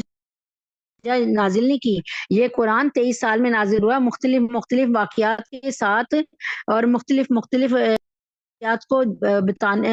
جواب میں جو واقعات جیسے جیسے ہو رہے تھے اس کے مطابق کیسے کیسے احکامات آ رہے تھے۔ یہ صورت ایک خاص واقعے کے پس منظر میں نازل ہوئی جس کا خلاصہ یہ ہے کہ بنو مستلق عرب کا ایک قبیلہ تھا جس کے بارے میں آنظر صلی اللہ علیہ وسلم کو اطلاع ملی کہ وہ مدینہ منورہ پر حملہ کرنے کے لیے لشکر جمع کر رہا ہے۔ آپ اپنے صحابہ کرام کے ساتھ خود وہاں تشریف لے گئے، ان سے جنگ ہوئی اور آخرکار ان لوگوں نے شکست کھا لی اور بعد میں مسلمان بھی ہوئے۔ جنگ کے بعد چند دن آپ نے وہیں ایک چشمے کے قریب پڑاؤ ڈالے رکھا جس کا نام مریسی تھا۔ اس قیام کے دوران ایک مہاجر اور ایک انصاری کے درمیان پانی کے کسی مسئلے پر جھگڑا ہو گیا۔ جھگڑے میں نوبت ہاتھا پائی کی آ گئی اور ہوتے ہوتے مہاجر نے اپنے مدد کے لیے مہاجرین کو پکار لیا، انصاری نے انصار کو، یہاں تک کہ اندیشہ ہوا کہ کہیں مہاجرین اور انصار کے درمیان لڑائی نہ چھڑ جائے۔ حالانکہ ان کے درمیان کتنی محبت تھی نا، جب نبی پاک صلی اللہ علیہ وسلم آئے تھے تو ان مہاجرین بھی آئے تھے تو اللہ تعالیٰ نے نبی نے ان کے درمیان مواخات یعنی بھائی چارہ قائم کیا تھا، اور اللہ تعالیٰ نے صاف کہہ دیا تھا کہ یہ جو اتنی محبت تم سے کر رہے ہیں یہ محبت میں نے ڈالی ہے ان کے دل میں مہاجرین کی۔ حضور پاک صلی اللہ علیہ وسلم کو علم ہوا تو آپ تشریف لائے اور فرمایا کہ مہاجر اور انصار کے نام پر لڑائی کرنا وہ جاہلانہ بات ہے جس سے اسلام نے نجات دے دی ہے۔ آج اسلم کی تشریف آوری کے بعد جھگڑا ختم ہو گیا اور جن حضرات میں ہاتھا پائی ہوئی تھی ان کے درمیان معافی تلاشی بھی ہو گئی، اور یہ جھگڑا تو ختم ہو گیا لیکن مسلمانوں کے لشکر میں کچھ منافق لوگ بھی تھے جو مال غنیمت میں حصہ دار بننے کے لیے شامل ہو گئے تھے۔ ان کے سردار عبداللہ بن ابی، یہ وہی منافق بغیرت تھا جس نے اما عائشہ صدیقہ رضی اللہ عنہا پہ زنا کا الزام لگایا تھا۔ اچھا، تو ان کے سردار عبداللہ بن ابی کو جب اس جھگڑے کا علم ہوا کہ مہاجرین اور انصاروں میں لڑائی ہوئی ہے تو اس نے اپنے ساتھیوں سے کہا کہ تم نے مہاجروں کو نبی کے ساتھیوں کو تم نے اپنے شہر میں پناہ دی، ٹھیک ہے، اپنے شہر میں پناہ دے کر اپنے سر پر چڑھا لیا ہے، یہاں تک کہ اب وہ مدینے کے اصل باشندوں پر ہاتھ اٹھانے لگے ہیں۔ یہ صورتحال قابل برداشت نہیں ہے، یعنی انصاری صحابہ کو مہاجرین کے خلاف کیا۔ پھر اس نے یہ بھی کہا کہ جب ہم مدینے واپس پہنچیں گے تو جو عزت والا ہے وہ ذلت والے کو نکال باہر کرے گا۔ نعوذ باللہ، اس کا اشارہ مسلمانوں اور نبی پاک صلی اللہ علیہ وسلم کی طرف تھا۔ اس کا واضح اشارہ اس طرف تھا کہ مدینے کے اصل باشندے مہاجروں کو نکال باہر کریں گے۔ اس موقع پر ایک مخلص انصاری صحابی حضرت زید بن ارقم بھی موجود تھے، انہوں نے اس بات کو بہت برا سمجھا اور حضور پاک صلی اللہ علیہ وسلم کو بتا دیا جا کے عبداللہ بن ابی نے ایسا کہا ہے۔ آنظر صلی اللہ علیہ وسلم نے عبداللہ بن ابی سے پوچھا تو وہ صاف مکر گیا کہ میں نے یہ بات نہیں کی۔ آنظر صلی اللہ علیہ وسلم نے درگزر فرمایا کہ شاید حضرت زید بن ارقم کو غلط فہمی ہو گئی ہے۔ حضرت زید بن ارقم کو یہ رنج تھا کہ عبداللہ بن ابی نے آنظر صلی اللہ علیہ وسلم کے سامنے ان کو جھوٹا بنا دیا ہے۔ اس کے بعد آپ اپنے صحابہ کے ساتھ وہاں سے روانہ ہو گئے۔ ابھی مدینہ منورہ نہیں پہنچتے تھے کہ یہ سورت نازل ہو گئی، جس نے حضرت زید بن ارقم کی تصدیق کی اور منافقین کی حقیقت واضح فرما دی۔ اور اس میں ایک اور واقعہ بھی ہے کہ عبداللہ بن ابی نے یہ بکواس کی تھی نا کہ دیکھا تم لوگوں نے ان کو سر پہ چڑھا لیا اپنے گھر میں جگہ دیکھے، اور ہم عزت والے لوگ ان کو نعوذ باللہ اللہ کے نبی کی توہین کی اور مسلمانوں کی توہین کی کہ ہم ان کو باہر نکال دیں گے۔ تو یہ بات اس کے اپنے بیٹے عبداللہ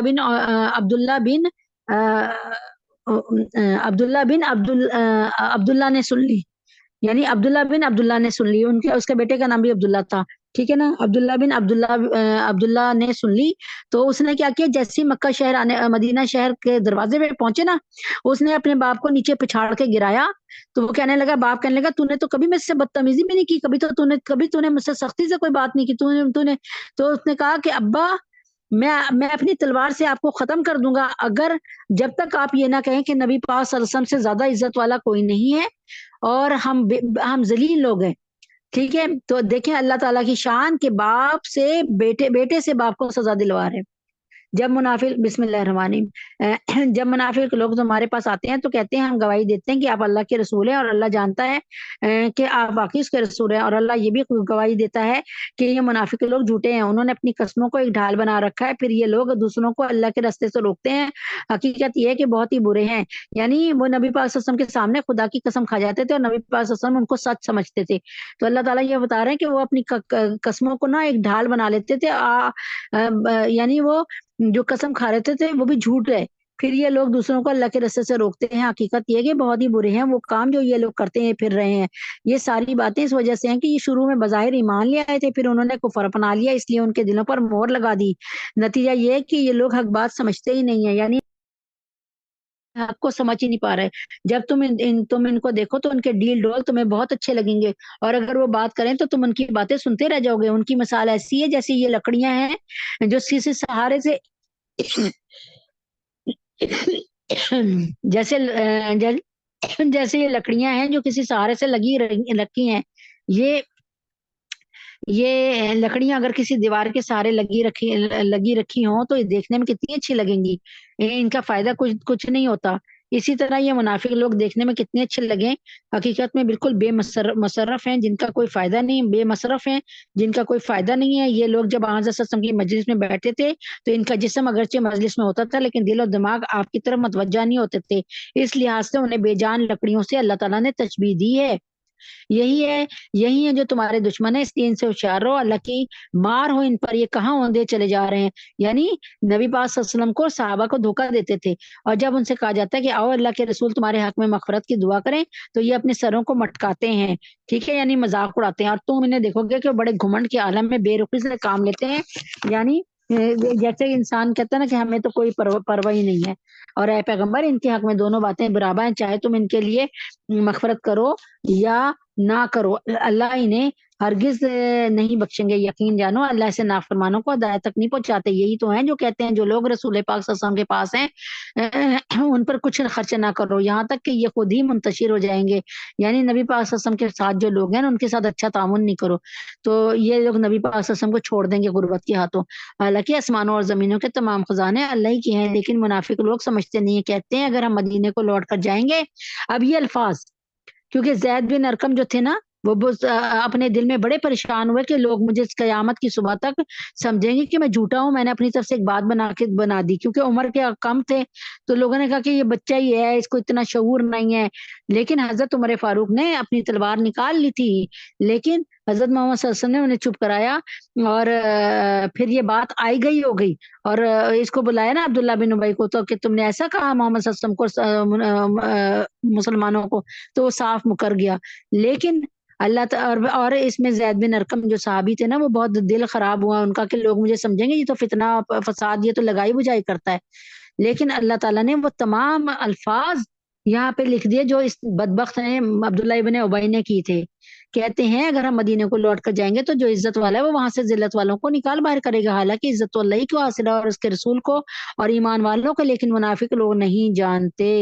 یہ بات عبداللہ بن ابی نے اپنے ساتھیوں سے کہی تھی کہ مسلمانوں پہ اپنا مال خرچ کرنا بند کر دو، اس کے نتیجے میں معذلت صحابہ کرام کو چھوڑ کر کہیں اور چلے جائیں گے، یعنی جب مسلمانوں کو کھانا پینا نہیں ملے گا تو یہ کہیں اور واپس چلے جائیں گے، دوبارہ سے اپنے کفر پہ آ جائیں گے۔ اے ایمان والو، تمہاری دولت تمہاری اولاد تمہیں اللہ کی یاد سے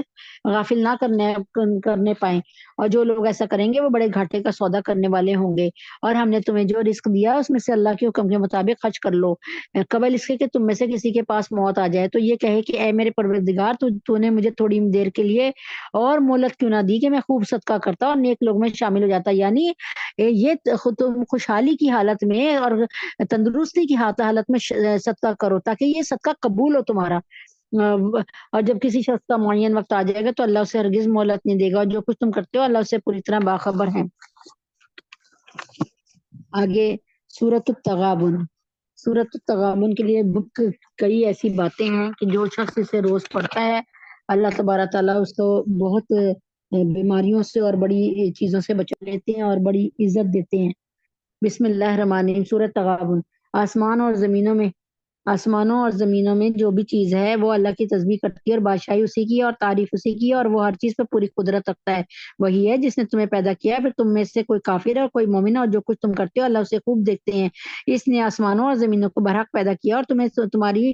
تمہاری صورتیں بنائی ہیں اور تمہاری صورتیں اچھی بنائی ہیں، اور اسی کی طرف آخرکار سب کو پلٹ کر جانا ہے۔ آسمانوں اور زمینوں میں جو کچھ بھی ہے وہ اسے جانتا ہے، اور جو کچھ تم چھپ کر کرتے ہو اور جو کچھ تم کھلم کھلا کرتے ہو اس کا بھی اسے پورا علم ہے، اور اللہ دل کی باتوں کا تک کا خوب جاننے والا ہے۔ کیا تمہارے پاس ان لوگوں کے واقعات نہیں پہنچے جنہوں نے پہلے کفر اختیار کیا تھا، پھر اپنے کاموں کا وبال چکھا، اور آئندہ ان کے حصے میں ایک دردناک عذاب ہے۔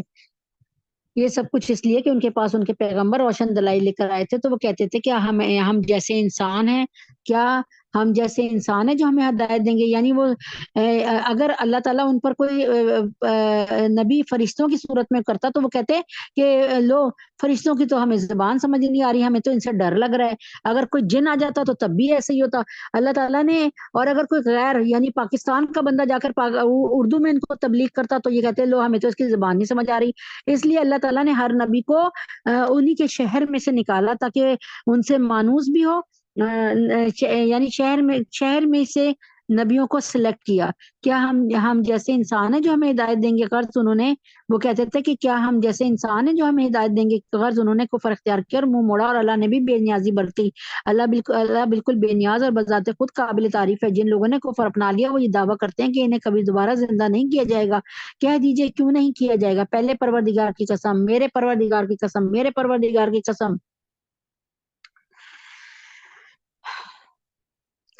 تمہیں ضرور دوبارہ زندہ کیا جائے گا، پھر تمہیں بتایا جائے گا تم نے کیا کچھ کیا تھا، اور یہ اللہ کے لیے معمولی سی بات ہے۔ لہٰذا یعنی دوبارہ زندہ کرنا اللہ کے لیے بالکل معمولی بات ہے، لہٰذا اللہ پر اور اس کے رسول پر اور اس روشنی پر ایمان لاؤ جو ہم نے نازل کی ہے، یعنی یہ قرآن مجید، اور تم جو کچھ کرتے ہو اللہ اس سے پوری طرح باخبر ہے۔ یہ دوسری زندگی اس دن ہوگی جب اللہ تمہیں روز حشر میں اکٹھا کریں گے۔ وہ ایسا دن ہوگا جس میں کچھ لوگ دوسروں کو حسرت میں ڈال دیں گے، یعنی جنتیوں کو دیکھ کر حسرت کریں گے۔ لوگ کہتے ہیں اپنے ہاتھ کو کاٹ جائیں گے، اپنے ہاتھوں کو یعنی پورے بازوؤں کو کاٹ کھائیں گے کہ کاش کہ ہم اللہ تعالیٰ کی طرف آ جاتے۔ اور جو شخص اللہ پر ایمان لایا اس نے نیک عمل کیے ہوں گے اللہ اس کے گناہوں کو معاف کر دے گا اور ان کو ایسے باغات میں داخل کرے گا جس کے نیچے نہریں بہتی ہوں گی، جس میں وہ ہمیشہ ہمیشہ رہیں گے۔ یہ ہے بڑی کامیابی۔ اور جنہوں نے کفر اختیار کیا اور ہماری آیتوں کو جھٹلایا ہوگا وہ دوزخ والے ہوں گے جس میں وہ ہمیشہ ہمیشہ رہیں گے۔ وہ بہت برا ٹھکانہ ہے۔ کوئی مصیبت اللہ کے حکم کے بغیر نہیں آتی، اور جو کوئی اللہ پر ایمان لاتا ہے وہ اس کے دل کو ہدایت بخشتا ہے، اور اللہ ہر چیز کو خوب جاننے والے ہیں۔ اور تم اللہ کی فرما برداری کرو اور رسول پاک صلی اللہ علیہ وسلم کی فرما برداری کرو، پھر اگر تم نے منہ موڑا تو ہمارے رسول کی ذمہ داری صرف یہ ہے کہ وہ صاف صاف بات پہنچا دے۔ اللہ وہ ہے جس کے سوا کوئی معبود نہیں، اور مومنوں کو اللہ ہی پر بھروسہ کرنا چاہیے۔ یعنی رسول پاک، ہر رسول کی ذمہ داری صرف اتنی ہے کہ وہ تمہیں کھول کر بتا دے کہ اللہ تمہارا رب ہے، وہ خالق ہے، مالک ہے، رازق ہے، بس اسی سے جڑو، اس کی بات مان کر چلو، یہی کامیابی کی دلیل ہے۔ اے ایمان والو، تمہاری بیویوں اور تمہاری اولاد میں کچھ تمہارے دشمن ہیں، اس لیے ان سے ہوشیار رہو۔ اگر تم معاف کر دو اور درگزر کرو اور بخش دو تو اللہ بہت بخشنے والے ہیں،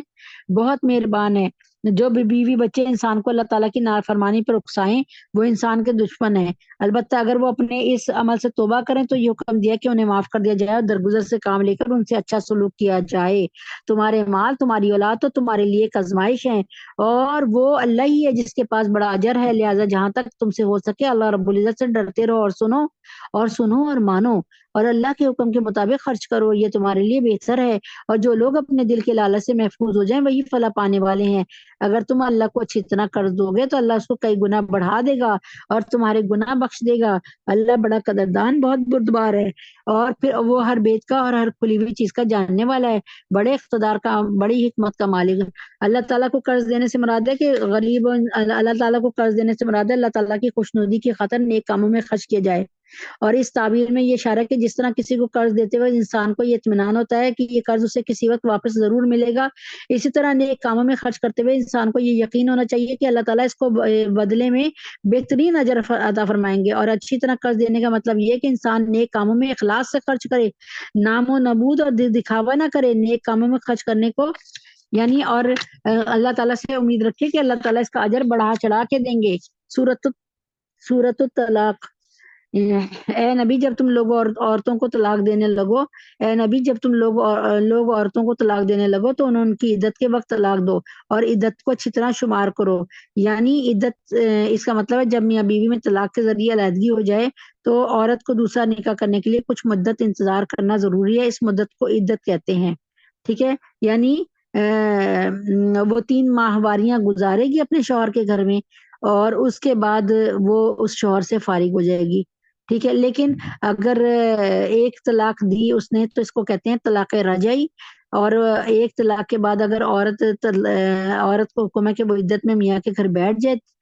یعنی ایک مینسس سے فارغ ہو پھر دوسرے سے پھر تیسرے سے فارغ ہوگی تو اس کی عدت ختم ہو جائے گی۔ لیکن اس بیچ میں اگر ایک طلاق کے بعد میاں کہے کہ نہیں بھائی ہم آپس میں پیار محبت سے رہیں گے تو پھر کوئی فرق نہیں پڑتا، بس اس کے پاس طلاقوں کا 2 طلاقوں کا حق رہ جائے گا، ایک طلاق کا حق ضائع کر دیا تو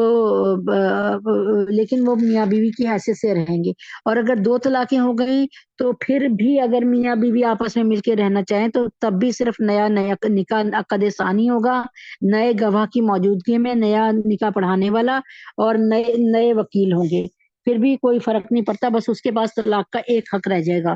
ٹھیک ہے۔ تو اللہ تعالیٰ نے جو ہے یہ طلاق کے بارے میں پہلے زہار کو ختم کر کے طلاق کے بارے میں ایزی کیا اور لوگوں کو سوچنے کا موقع دیا کہ یہ طلاق کوئی کھیل کود نہیں ہے۔ اے نبی جب تم لوگ عورتوں کو طلاق دینے لگو تو انہیں ان کی عدت کے وقت طلاق دو اور عدت کو اچھی طرح شمار کرو اور اللہ سے ڈرو جو تمہارا پروردگار ہے۔ ان عورتوں کو ان کے گھروں سے نہ نکالو اور نہ وہ خود نکلیں، الا یہ کہ وہ کسی کھلی بے حیائی کا ارتکاب کریں، اور یہ اللہ کی مقرر کی ہوئی حدود ہیں، اور جو کوئی اللہ کی مقرر کی ہوئی حدود سے آگے نکلے اس نے خود اپنی جان پہ ظلم کیا۔ کیا تم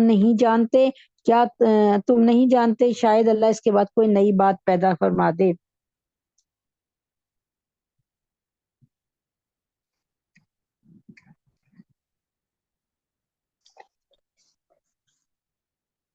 یہاں پہ طلاق کے بہت سے مسائل ہیں اور جو ہے اس میں تو خیر بہت زیادہ ہے تفصیل، بس آپ یہ سن لیں کہ زید نے باقرہ کو طلاق دی، کہا کہ تجھے طلاق ہے، اور پھر باقرہ زید کے گھر میں 3 مینسز کو گزارے گی، ٹھیک ہے، 3 حیض کو گزارے گی اور پھر تیسرے کے بعد وہ پاک ہو جائے گی تو وہ جہاں مرضی شادی کر لے۔ اور یہ اس بیچ میں اس لیے کہ تاکہ حمل ظاہر ہو جائے کہ زید کس کا حمل ہے، یعنی زید ہی کا حمل ہے نا، تو اسے پتہ چل جائے کہ یہ پریگننٹ ہے کہ نہیں، ٹھیک ہے۔ اور اگر 2 طلاقیں دیتا ہے وہ کہ تجھے طلاق ہے تب بھی وہ ایسے ہی بیٹھے گی، اور اس بیچ میں اگر 90 دن کے اندر 3 قروء کے اندر 3 مہینے کے اندر میاں بیوی آپس میں پھر پیار محبت سے راضی ہو جائیں تو اب ایک طلاق کا حق رہ جائے گا، اور میاں کو بہت زیادہ سنبھل کے اور بیوی کو بہت زیادہ سنبھل کے رہنا پڑے گا۔ تو اللہ تعالیٰ فرماتے ہیں کہ ان چیزوں میں تم لوگ ایک دوسرے کے قدردان ہو جاؤ گے اور بعد جو طلاق ہے وہ ختم ہو جائے گی، سمجھ آئی نا؟ تو پتہ چل جائے گا کہ دیکھو اس کے ہمیشہ کے لیے دوری آ جائے گی۔ پھر جب وہ عورتیں اپنی عدت کی میعاد کو پہنچنے لگیں تو تم یا تو انہیں بھلے طریقے پہ اپنی نکاح میں روکے رکھو، یعنی جیسے ہی وہ عدت ختم کرنے لگے تو روکنا چاہو تو روک لو، اگر 1 یا طلاق دی ہے یا 2، یا پھر بھلے طریقے سے ان کو الگ کر دو، یعنی ان کے ساتھ پیار محبت کے اور ان کے ساتھ اچھا سلوک کر بدتمیزیاں کر کے ان کو اپنے گھر سے نہ نکالو، اور اپنے میں سے 2 ایسے آدمیوں کو گواہ بنا لو جو عدل والے ہوں۔ اور یعنی رجوع کی صورت میں، یعنی اگر تم چاہتے ہو کہ آپس میں ایک دوسرے کے ساتھ ہی رہیں تو 2 گواہوں کی موجودگی میں شوہر یہ کہے کہ میں نے طلاق سے رجوع کر لیا، یعنی اب میں طلاق نہیں پسند کرتا۔ عدل والے گواہوں سے مراد گواہوں کا نیک ہونا ہے، اور یہ رجوع کا طریقہ بہت پسندیدہ ہے، لیکن رجوع کی لازمی شرط ہے کہ اس طرح اگر شوہر زبان سے کچھ نہ کہے لیکن بیوی سے حقوق زوجیت ادا کر لے، بلکہ بوس و کنار ہی کر لے، تبھی رجوع ہوتا ہے۔ یعنی میاں بیوی آپس میں اگر پھر دوبارہ سے مل لیں تو مطلب کوئی اس پہ گناہ نہیں ہے۔ تو اللہ کی خاطر سیدھی سیدھی گواہی دو لوگوں، یہ وہ بات ہے جس کی نصیحت اس شخص کو کی جا رہی ہے جو اللہ پر اور جو ہمیں آخرت پہ ایمان رکھتا ہے، اور جو کوئی اللہ سے ڈرے گا اللہ اس کے لیے مشکل سے نکلنے کا کوئی راستہ پیدا کر دے گا۔ لیکن آج کل بہت ہو رہا ہے کہ زید نے باقرہ کو طلاق دی غصے میں آ کر، تو طلاق ہمارے کار صاحب کہتے ہیں پیار محبت میں کب دی جاتی ہے؟ یہ مجھے بتائیں، کبھی ایسا ہوا کہ سنا کہ کوئی عورت اور مرد میں اتنا پیار ہو اور مرد اپنی عورت سے پیار کرتے کرتے کہ تجھے طلاق ہے، تجھے طلاق ہے؟ نہیں ہوتا نا ایسے، طلاق تو ہمیشہ غصے میں ہوتی ہے۔ اس لیے اللہ تبارک تعالیٰ نے طلاق میں ذرا ایسی بہت سی نرمیاں کر دی ہیں تاکہ رشتے اجڑے نہ، ٹھیک ہے نا، اور اسے ایسی جگہ سے رزق عطا فرمائے گا اللہ جہاں سے اسے گمان بھی نہیں ہوگا۔ جو کوئی اللہ پر بھروسہ کرے تو اللہ ان کا کام بنانے کے لیے کافی ہے، اور یقین رکھو اللہ اپنا کام پورا کر کے رہتے ہیں۔ البتہ اللہ نے ہر چیز کا ایک اندازہ مقرر کر رکھا ہے، اور یعنی جو شخص اللہ تعالیٰ پر بھروسہ کرے اللہ تعالیٰ اس کا کام بنا دیتا ہے۔ یعنی آج تک یہ نہیں ہوا کہ جو اللہ پر بھروسہ رکھے اللہ اس کا کام بگاڑ دے، اللہ ایسا نہیں ہوا۔ تو البتہ اللہ نے ہر چیز کا ایک اندازہ مقرر کر رکھا ہے، اور تمہاری عورتوں میں سے جو ماہواری آنے سے مایوس ہو چکی ہوں، جن کو ماہواری آتی نہیں ہو، وہ تین ماہواریاں کیسے بیٹھیں گی، ٹھیک ہے نا، یعنی 3 مینسز کیسے بیٹھیں گی۔ تو اگر تمہیں ان کی عدت کے بارے میں شک ہو تو یاد رکھو کہ ان کی عدت 3 مہینے، یعنی کیا مطلب، وہ 3 مہینے عدت کریں گی۔ اب یہ دیکھنا ہے کہ اگر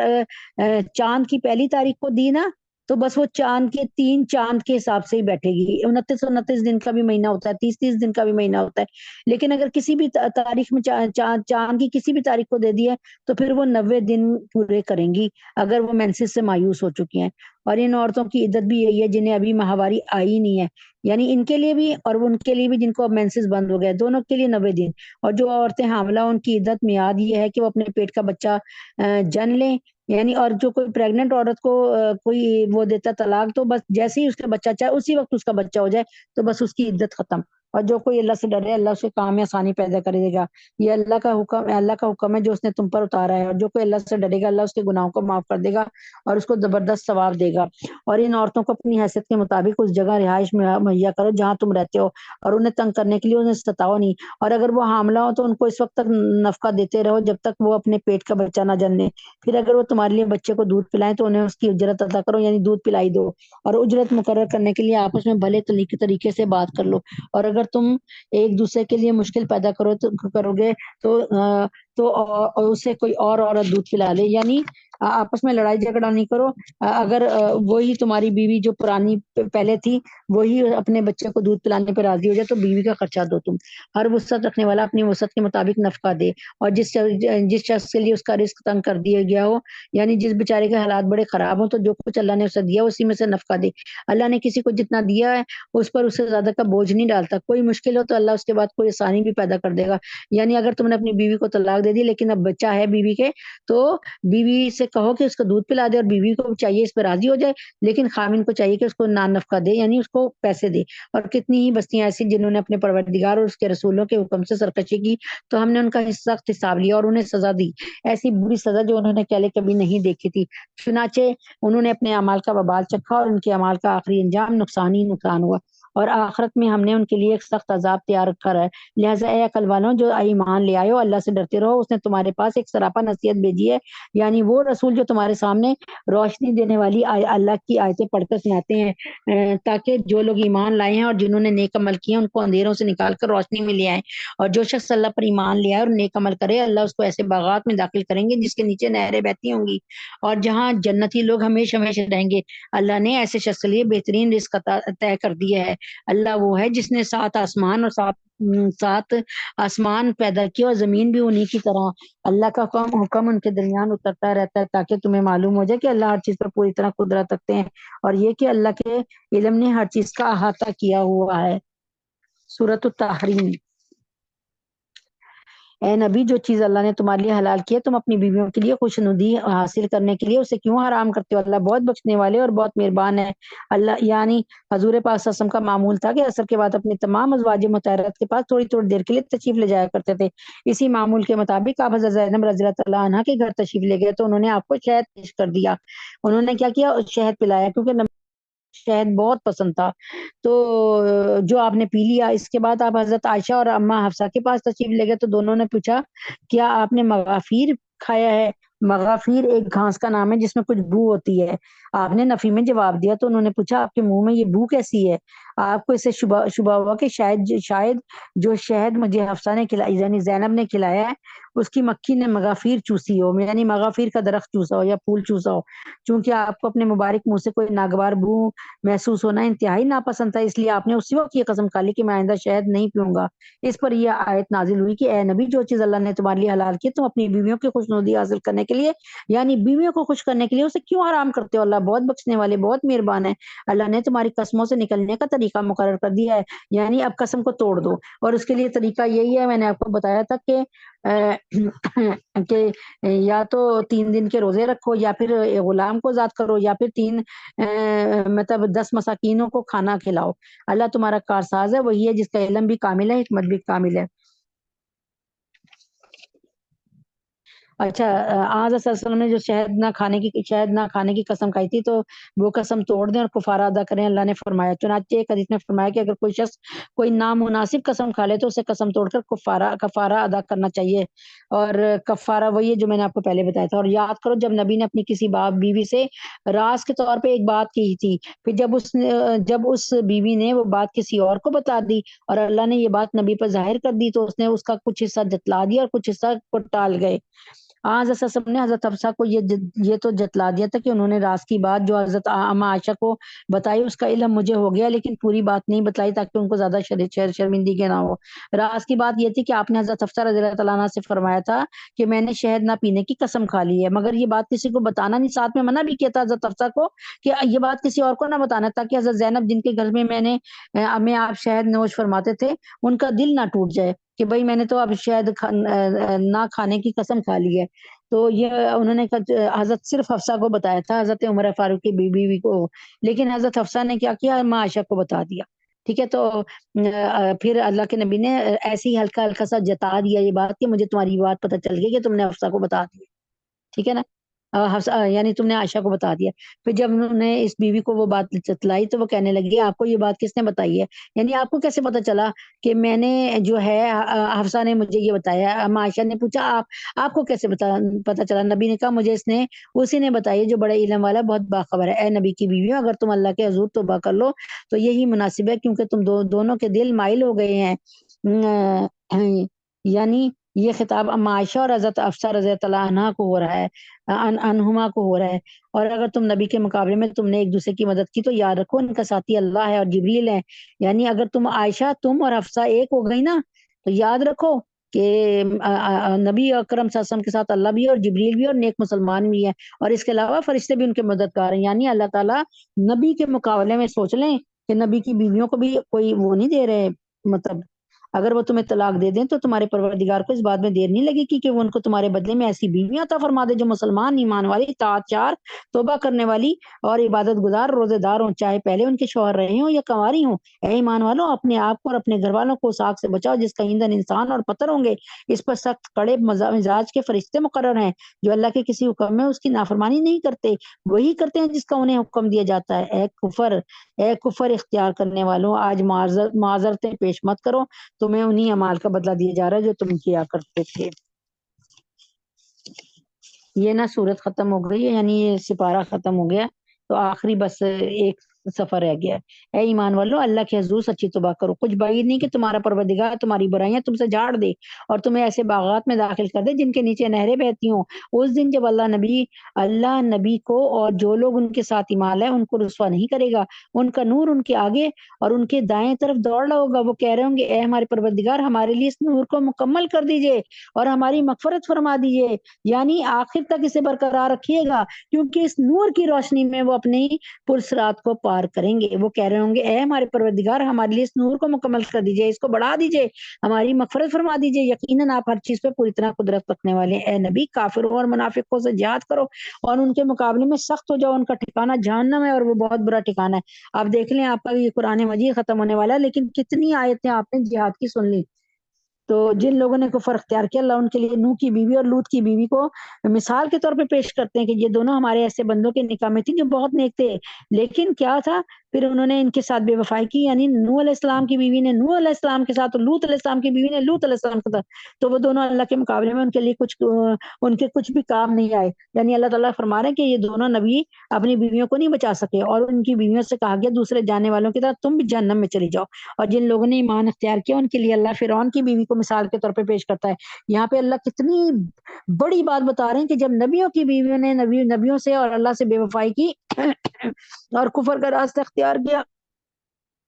نافرمانی کا راستہ اختیار کیا، تو پھر اللہ تعالیٰ نے انہیں ان کے حال پہ چھوڑ دیا اور اللہ نے ان کی مدد نہیں کی۔ اور اللہ تعالیٰ یہاں پر ایک ایسے جو کہ اللہ کا بہت بڑا دشمن تھا ان کی بیوی کی مثال دے رہے ہیں۔ ان کے لیے اللہ نے فرعون کی مثال کو فرعون کی بیوی کی مثال کے طور پہ پیش کرتا ہے، جب اس نے کہا تھا میرے پروردگار میرے لیے اپنے پاس جنت میں ایک گھر بنا دے۔ جب فرعون نے حد سے زیادہ اپنی بیوی کو ستایا اور اس کو فرعون، وہ جو میخوں والا فرعون اللہ نے لکھا ہے، اللہ نے فرمایا میخوں والا فرعون، یہ کیا کرتا تھا جس کو سزا دیتا تھا نا، اس کا ہاتھ، دونوں ہاتھ پر کیلیں ٹھوک دیتا تھا، دونوں پیروں پر کیلیں ٹھوک دیتا تھا، اور اس کو دیوار پر ٹانگ دیتا تھا، ٹھیک ہے نا۔ تو اس نے اپنی بیوی کے ساتھ بھی یہ کیا، جب بیوی نے کہا میں ایمان لے آئی ہوں موسیٰ کے رب پر، تو اور یہ اللہ تعالیٰ نے ان کو صلے میں کیا دیا کہ اللہ تبارک تعالیٰ نے ان کو حضرت محمد صلی اللہ علیہ وسلم جنت میں اللہ تعالیٰ کے نبی کی بیوی بنایا۔ تو اللہ تعالیٰ اور جن لوگوں نے ایمان اختیار کیا اس لیے ان کے لیے فرعون کی بیوی کی مثال کے طور پہ پیش کر دو۔ یہاں پر اللہ تعالیٰ فوراً کس بات کو لے کے آ گئے کہ نبی پاک صلی اللہ علیہ وسلم نے جب شہد کھایا اور اماں عائشہ صدیقہ نے فرمایا کہ آپ نے آج، اور اماں حفصہ رضی اللہ تعالیٰ عنہا نے یہ بتایا کہ آج آپ کے منہ سے کچھ اسمیل سی آ رہی ہے، تو آپ نے کیا مغافیر پی ہے؟ تو حضرت محمد صلی اللہ علیہ وسلم کیا سمجھے کہ شہد جو میں نے شہد جو ہے زینب کے گھر میں پیا ہے، اس میں اس شہد کے رس کو یعنی اس شہد کی مکھیوں نے مغافیر کو چوسا ہوگا، ٹھیک ہے۔ انہوں نے سوچا کہ میں کبھی بھی وہ نہیں پیوں گا، اب شہد کبھی نہیں کھاؤں گا، ٹھیک ہے، اور اپنے لیے قسم کھا کے حرام کر لیا، ٹھیک ہے۔ اور اس کے بعد لیکن یہ بات جو تھی نا اماں حفصہ کو بتا دی تھی، اور اماں حفصہ نے اماں عائشہ کو بتا دی تھی، اور حالانکہ اللہ تعالیٰ کے نبی نے منع کیا تھا۔ تو اللہ تعالیٰ یہاں پر ساتھ ہی بیویوں کی بات بتا رہے ہیں کہ ایک وہ بیوی بھی تو تھی جو فرعون کی بیوی ہونے کے باوجود میری اللہ کی ہو گئی، اور اللہ کی ہو گئی، اور اس نے اپنے اللہ کے نبی یعنی موسیٰ علیہ السلام کو فیور کیا، اور اللہ تعالیٰ نے پھر کیا کیا ان کے لیے، انہوں نے کہا جب کہ میرے پروردگار میرے لیے اپنے پاس انہوں نے کہا کہ اے میرے پروردگار میرے لیے اپنے پاس جنت میں گھر بنا دیجئے، اور یہ مجھے فرعون اور اس کے عمل سے نجات دے دیجئے، اور مجھے ظالم لوگوں سے بھی نجات عطا فرمائیے۔ نیز عمران کی بیٹی مریم کو مثال کے طور پہ پیش کرتا ہے اللہ، جنہوں نے اپنی عصمت کی حفاظت کی تو ہم نے ان میں اپنی روح پھونک دی، یعنی حضرت عیسیٰ علیہ السلام کی کا حمل ٹھہرا دیا، اور انہوں نے اپنے پروردگار کی باتوں اور اس کی کتاب کی تصدیق کی، اور وہ چار لوگوں میں شامل تھیں۔ یعنی اللہ تعالیٰ نے وہ ان عورتوں کی مثال پیش کر دی۔ یہ میں انشاءاللہ تعالیٰ فرعون کی بیوی آسیہ کا کل مفصل حال بتا دوں گی۔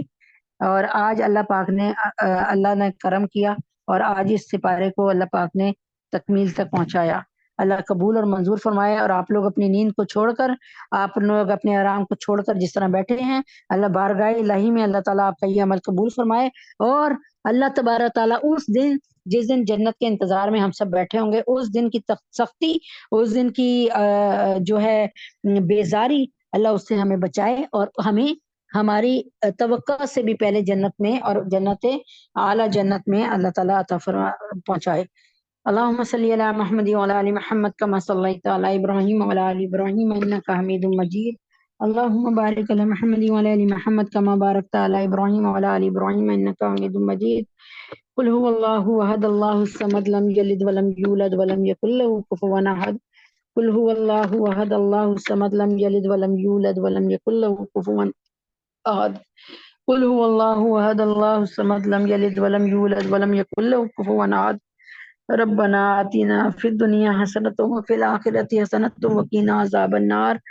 ربنا اے پیارے میرے اللہ، ہمیں اور ہماری اولادوں کو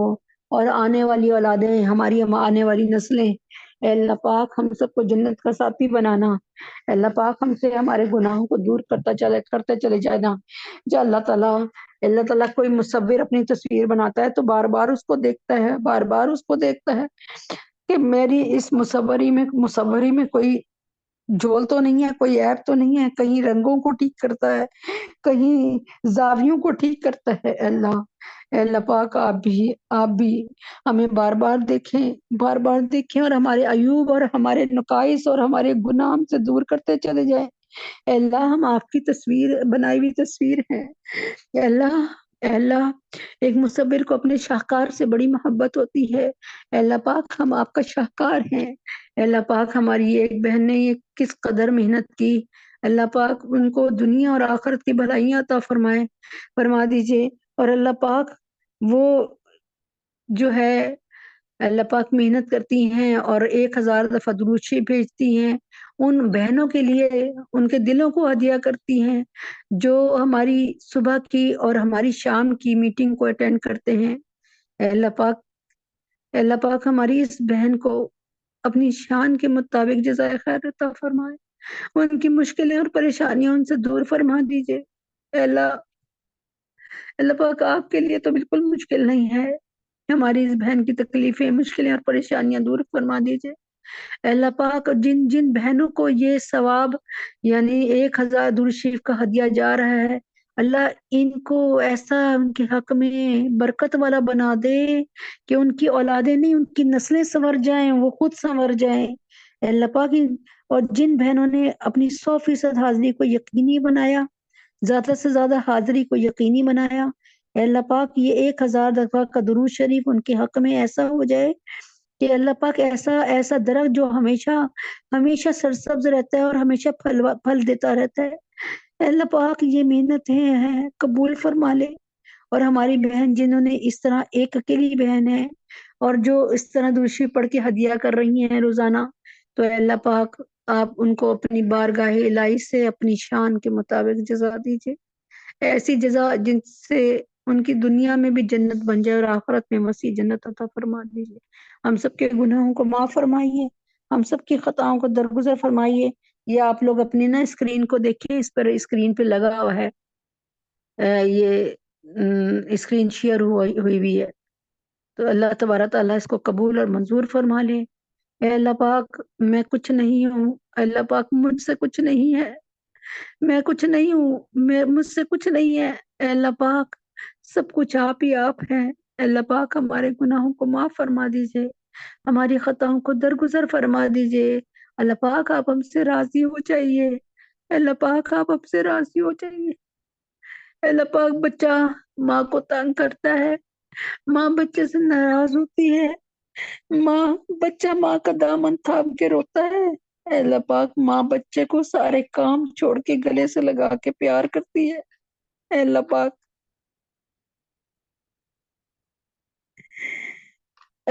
بہت عرصہ ہو گیا، بڑی آرزو ہے کہ آپ ہمیں اپنے گلے سے لگا کے پیار کر لیں۔ اللہ دنیا کی آندھیوں سے تھک گئے، دنیا کے صدموں سے تھک گئے، اولاد کی نافرمانیوں سے تھک گئے ہیں۔ اے اللہ پاک ان محنتوں کو قبول فرما لے۔ اے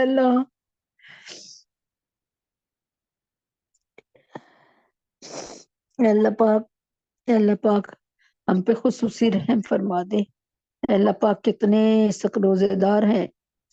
اے اللہ پاک کتنے لوگ ایسے بھی ہیں جن کی طبیعتیں خراب ہیں، اے اللہ پاک تو جانتا ہے۔ اے اللہ ان کو اپنی شان کے مطابق اجر عظیم عطا فرما دے۔ یہ جتنی بہنیں یہاں بیٹھی ہیں یا سن رہی ہیں یا سنیں گی اس آڈیو کو، اللہ ان کی تمام مسئلوں کو ٹھیک کر دے، اللہ ان کی تمام مشکلوں کو آسان فرما دے، یا اللہ پاک ان کو اپنا قرب خاص عطا فرما دے۔ اے اللہ پاک ہر بیماری سے، ہر پریشانی سے، ہر وبا سے، ہر بلا سے، ہر قسم کی بے عزتیوں سے اللہ ان کو محفوظ فرما دے۔ اے اللہ تجھے تیرے نبی کا واسطہ فلسطین کے مسلمانوں پہ رحم فرما دے۔ اے اللہ پاک فلسطین کے مسلمانوں پہ رحم فرما دے، اے اللہ پاک فلسطین کے مسلمانوں پہ رحم فرما کر ان کو آزادی عطا فرما دے، ہماری مسجد اقصی کو آزاد فرما دے۔ اے اللہ پاک کیا ہی اچھا ہو کہ آپ ہمارے حق میں فیصلہ فرما دیں کہ ہماری مسجد اقصی کو اللہ تبارک تعالیٰ پوری آب و تاب کے ساتھ آزاد فرما دیں، اور اللہ پاک آپ ہمیں لے کے جائیں ہماری اس پوری بنات صفا کو۔ پہلے آپ اللہ تعالیٰ ہمیں عمرے کی سعادت عطا فرمائیں، پھر نبی اکرم صلی اللہ علیہ وسلم کے دامن میں ان کے دامن مصطفیٰ پہ لے جائیں، اور اس کے بعد ہمیں مسجد اقصی کی سیر کروائیں، وہاں پہ نماز پڑھنے کی توفیق عطا فرمائیں۔ اے اللہ پاک اس حالت میں، اس امن کی حالت میں جب دور دور تک کوئی نقصان پہنچانے والا نہ ہو، اے اللہ پاک ہم مسلمان خواب جب دیکھتے ہیں تو آپ کے برتے پہ دیکھتے ہیں، آپ کے قادر ہونے پہ دیکھتے ہیں کہ آپ سب کچھ کر سکتے ہیں۔ اے اللہ پاک آپ نے تو کہا اللہم لا سہل الا ما جعلتہ سہلا وانت تجعل الحزن اذا شئت سہلا، کہ کوئی مشکل آسان نہیں ہے بجز اس کے کہ جب تک اللہ اس کو آسان نہ کر دے، اور اللہ جب چاہے سنگلاخ چٹانوں کو، لوہے کی چٹانوں کو نرم مٹی بنا دے۔ اے اللہ پاک دور دور تک کہیں سے نظر نہیں آ رہا کہ مسلمانوں کی سب کوئی مدد کے لیے اٹھے۔ اے اللہ آپ فلسطین کے مسلمانوں کے ساتھ دائیں سے بائیں اوپر سے نیچے چار چپیرے ان کی حفاظت فرمائے، ان کو دونوں وقت اللہ مزیدار قسم کی افطاری کھلائیں۔ اے اللہ یقین کریں یہ رمضان ایسا رمضان ہے کہ جب افطاری کی طرف ہاتھ بڑھاتی ہوں تو اللہ تعالیٰ یقین کرے اکثر یہ ہوتا ہے، گرم چائے پی رہی ہوتی ہوں تو اکثر یہ ہوتا ہے کبھی رس پر ملائی لگا کے کھاتی ہوں تو یہ خیال آتا ہے کہ یا اللہ ان کو بھی کھلا دے۔ یقین اب رحم کر دے اللہ، اللہ ہمارا تیرا اللہ کیا مقابلہ، اللہ ہمیں نایت نازما، ہم انسان ہیں اور آپ تو ہیں ہی بہت ہی اعلیٰ اور عرفہ۔ اللہ رحم کر دے ہمارے فلسطینی بہن بھائیوں پہ، ہمارے کشمیری بہن بھائیوں پہ، اللہ ہماری بچیوں کی عزتوں کی حفاظت فرما دے۔ اے اللہ جی کشمیر کی بیٹیاں ہماری بیٹیاں اور بہنیں ہیں، اے اللہ جی فلسطین کی، برما کی، شام کی، سیریا کی بیٹیاں، مسلمان بیٹیاں ہماری بیٹیاں ہیں، ہماری بیٹیوں کی قیامت کی صبح تک کے لیے عزت کی، جان و مال کی حفاظت فرما دے، سر کے بالوں سے لے کے پیر کے ناخنوں تک کی حفاظت فرما دے۔ اے اللہ پاک جی اس وقت مدد ایسی مدد ہوگی کہ کفار جو کہ پوری طرح تیاری پہ ہے اور جس کو اپنے وسائل پہ بہت بھروسہ ہے، اے اللہ پاک جی اگر اس وقت آپ کھڑے ہو جائیں مسلمانوں کے ساتھ تو اللہ پوری دنیا کو مسلمانوں کا اور اسلام کا یقین آ جائے۔ اے اللہ پاک جی ایسی مدد فرمائیے کہ ہمیں بھی پتہ چلے کہ ہمارے ساتھ، یقین اللہ تعالیٰ دنیا کو پتہ چل جائے کہ ہمارے ساتھ اللہ کی مدد آ گئی ہے۔ اے اللہ پاک اپنے حبیب پاک صلی اللہ علیہ وسلم کے طفیل میں جو بے اولاد ہیں ان کو نیک نرینہ اولاد عطا فرمائیے یا اللہ۔ ثانیہ، مریم، مہر النساء، اہلیہ عمران، سنبل، فاخرہ، بابر، ماری، انس، سمیرہ، فیصل، ختیجہ، سونیہ، عائشہ، ڈاکٹر انم، اے اللہ پاک ان کو نیک نرینہ اولاد بہترین طریقے سے عطا فرما دیجئے۔ اے اللہ پاک امت محمدیہ صلی اللہ علیہ وسلم کی تمام بچیوں کے لیے جو بے نکاحی بیٹھی ہیں اور ماں باپ بڑی آس اور امید سے بیٹھے ہیں، اور ایسے بیٹے جو بے نکاح ہیں ان کے لیے نیک زوج عطا فرمائیے۔ افسہ، فاطمہ، جویریہ، سدرہ، سبحانہ، حفصہ، سجاد، زینب، منتہا، بین شفیفہ، بنات سرور فخر، عبد المتین، سعدیہ، نظام، سدرہ اور آمنہ، سدرہ کے گھر کی تمام بچیاں اور سدرہ اور آمنہ، اللہ ان کے لیے نیک بر، نیک در، نیک زوج عطا فرمائیے۔ اللہ یہ بہار بن کے جائیں اور بہار بن کے رہیں یا اللہ۔ فریال، عائشہ، سحر ان کے حق میں بہترین فیصلہ فرما دیجئے۔ اے اللہ پاک یہ اکیلی کھڑی ہیں، ان کے ساتھ ان کو اپنا قرب عطا فرمائیے۔ اللہ پاک ان کے دلوں کو اپنے، اللہ تعالیٰ ان کے دلوں کو مضبوط فرمائیے اور ان کا حامی و ناصر ہو جائیے یا اللہ پاک۔ جتنے لوگ بیٹھے ہیں ان سب کو، ان کے اہل خانہ کو مجھے اور میرے اہل خانہ کو، تمام علماء اسلام، مفتی حسن صاحب، مفتی تقی عثمانی صاحب، مولانا فضل الرحمان صاحب، مولانا فضل الرحیم صاحب، پیر ذوالفقار نقشبندی، حضرت جی ندیم بھائی، عمیر، نازیہ اندلیب، اہلیہ حسین، عیشا، معظم، راشدہ، شمیم، عادل، نرگس باجی، شزا، نعیم، ان سب کو صحت کام ایمان کے نور کے ساتھ صحت کاملہ عاجلہ مستمرہ عطا فرما دیجیے یا اللہ۔ ڈاکٹر ہمنا کو اس امتحان میں کامیابی عطا فرما دیجیے یا اللہ۔ ڈاکٹر ہمنا کو اور فاطمہ کو کامیابی عطا فرما دیجیے یا اللہ۔ ڈاکٹر ہمنا کو، فاطمہ کو، عیشا کو، عبداللہ کو، اور اللہ پاک جتنے لوگ بیٹھے ان کو، ان کے اہل خانہ کو، ان کے بچوں کو دنیا اور آخرت کے امتحان میں 100% نمبر سے کامیابی عطا فرمائیے۔ اہلیہ اعظم رفیق، اہلیہ رفیق، مفتی ضیاء الدین عامر، بیٹی انم، ان سب کو اپنے گھر کا سکون، اس میں رہنا، اس میں بسنا، اور اپنے بچوں کو اس میں کھیلتے کودتے دیکھنا اللہ تعالیٰ نصیب فرمائیے یا اللہ پاک۔ احمد نعمان، نواز صاحب، محمد عمر، محسن، اللہ تجھے تیرے نبی کا واسطہ ان سب کو بہترین روزگار عطا فرما دیجیے یا اللہ۔ دینے والا ہاتھ بنائیے، کبھی لینے والا ہاتھ نہ بنائیے یا اللہ۔ خوشحالی کے بعد خوشحالی کا منہ دکھانے کے بعد کبھی بدحالی کا منہ نہ دکھائیے۔ ہم سب کے گناہوں کو معاف فرمائیے اللہ پاک جی۔ اللہ پاک جی، ہمارا بڑھاپا ہماری جوانی سے اعلیٰ ہو جائے اللہ پاک جی۔ کسی ایک دن بھی ہمیں چکر نہیں آئے اور گرے نہ اللہ پاک جی۔ ایسی کوئی موذی مرض ہمیں نہ عطا فرمانا اللہ پاک جی۔ آخر وقت تک، دنیا سے جانے تک بھی اللہ ہمارے لبوں پر ہر وقت کلمہ جاری رکھنا اور صحت کاملہ عاجلہ مستمرہ ایمان کے نور کے ساتھ آخری وقت تک، قبر تک پہنچانا اے اللہ پاک جی۔ جب ہم پہ نزا کا عالم طاری ہو تو لب پہ کلمہ جاری ہو، لا الہ الا اللہ محمد الرسول اللہ۔ ہم سب کے گناہوں کو معاف فرما دیجئے، ہمارے تینوں حرم کی حفاظت فرما دیجئے اللہ پاک۔ ہم سب پہ رحم فرما دیجئے یا اللہ پاک۔ طیب اردگان اور جو قطر کے حکمران ہیں اور ایسے حکمران جو اس وقت کسی نہ کسی طرح تھوڑی بہت بھی امداد کر رہے ہیں اللہ، ان کو عقل و شعور عطا فرمائیے۔ ہمارے حکمرانوں کو، ہمیں کوئی نیک لیڈر عطا فرمائیے۔ پاکستان کی نیا کا کھیون ہار بن جائیے اللہ۔ پاکستان کی نیا کا ملہ آپ بن جائیے۔ آپ ہی نے پاکستان کو بنایا ہے اور اللہ پاک آپ ہی اس کو دوام عطا فرمائیے۔ ہم سب کے گناہوں کو معاف فرمائیے، ہم سب کی خطاؤں کو درگزر فرمائیے یا اللہ پاک۔ اس سال زیارت حرمین شریفین کا موقع عطا فرمائیے یا اللہ۔ ہمارے لیے وسائل پیدا کیجیے اے اللہ پاک۔ ہمیں صحت اور تندرستی اور ایمان کے ساتھ نبی پاک صلی اللہ علیہ وسلم کی اللہ جنت کی کیاری میں بیٹھنے کی توفیق، اور اللہ مطاف میں بیٹھ کے یا اللہ ڈھیروں آب زمزم پینے کی توفیق عطا فرمائیے۔ ہم سب پہ رحم فرمائیے، کرم فرمائیے یا اللہ پاک۔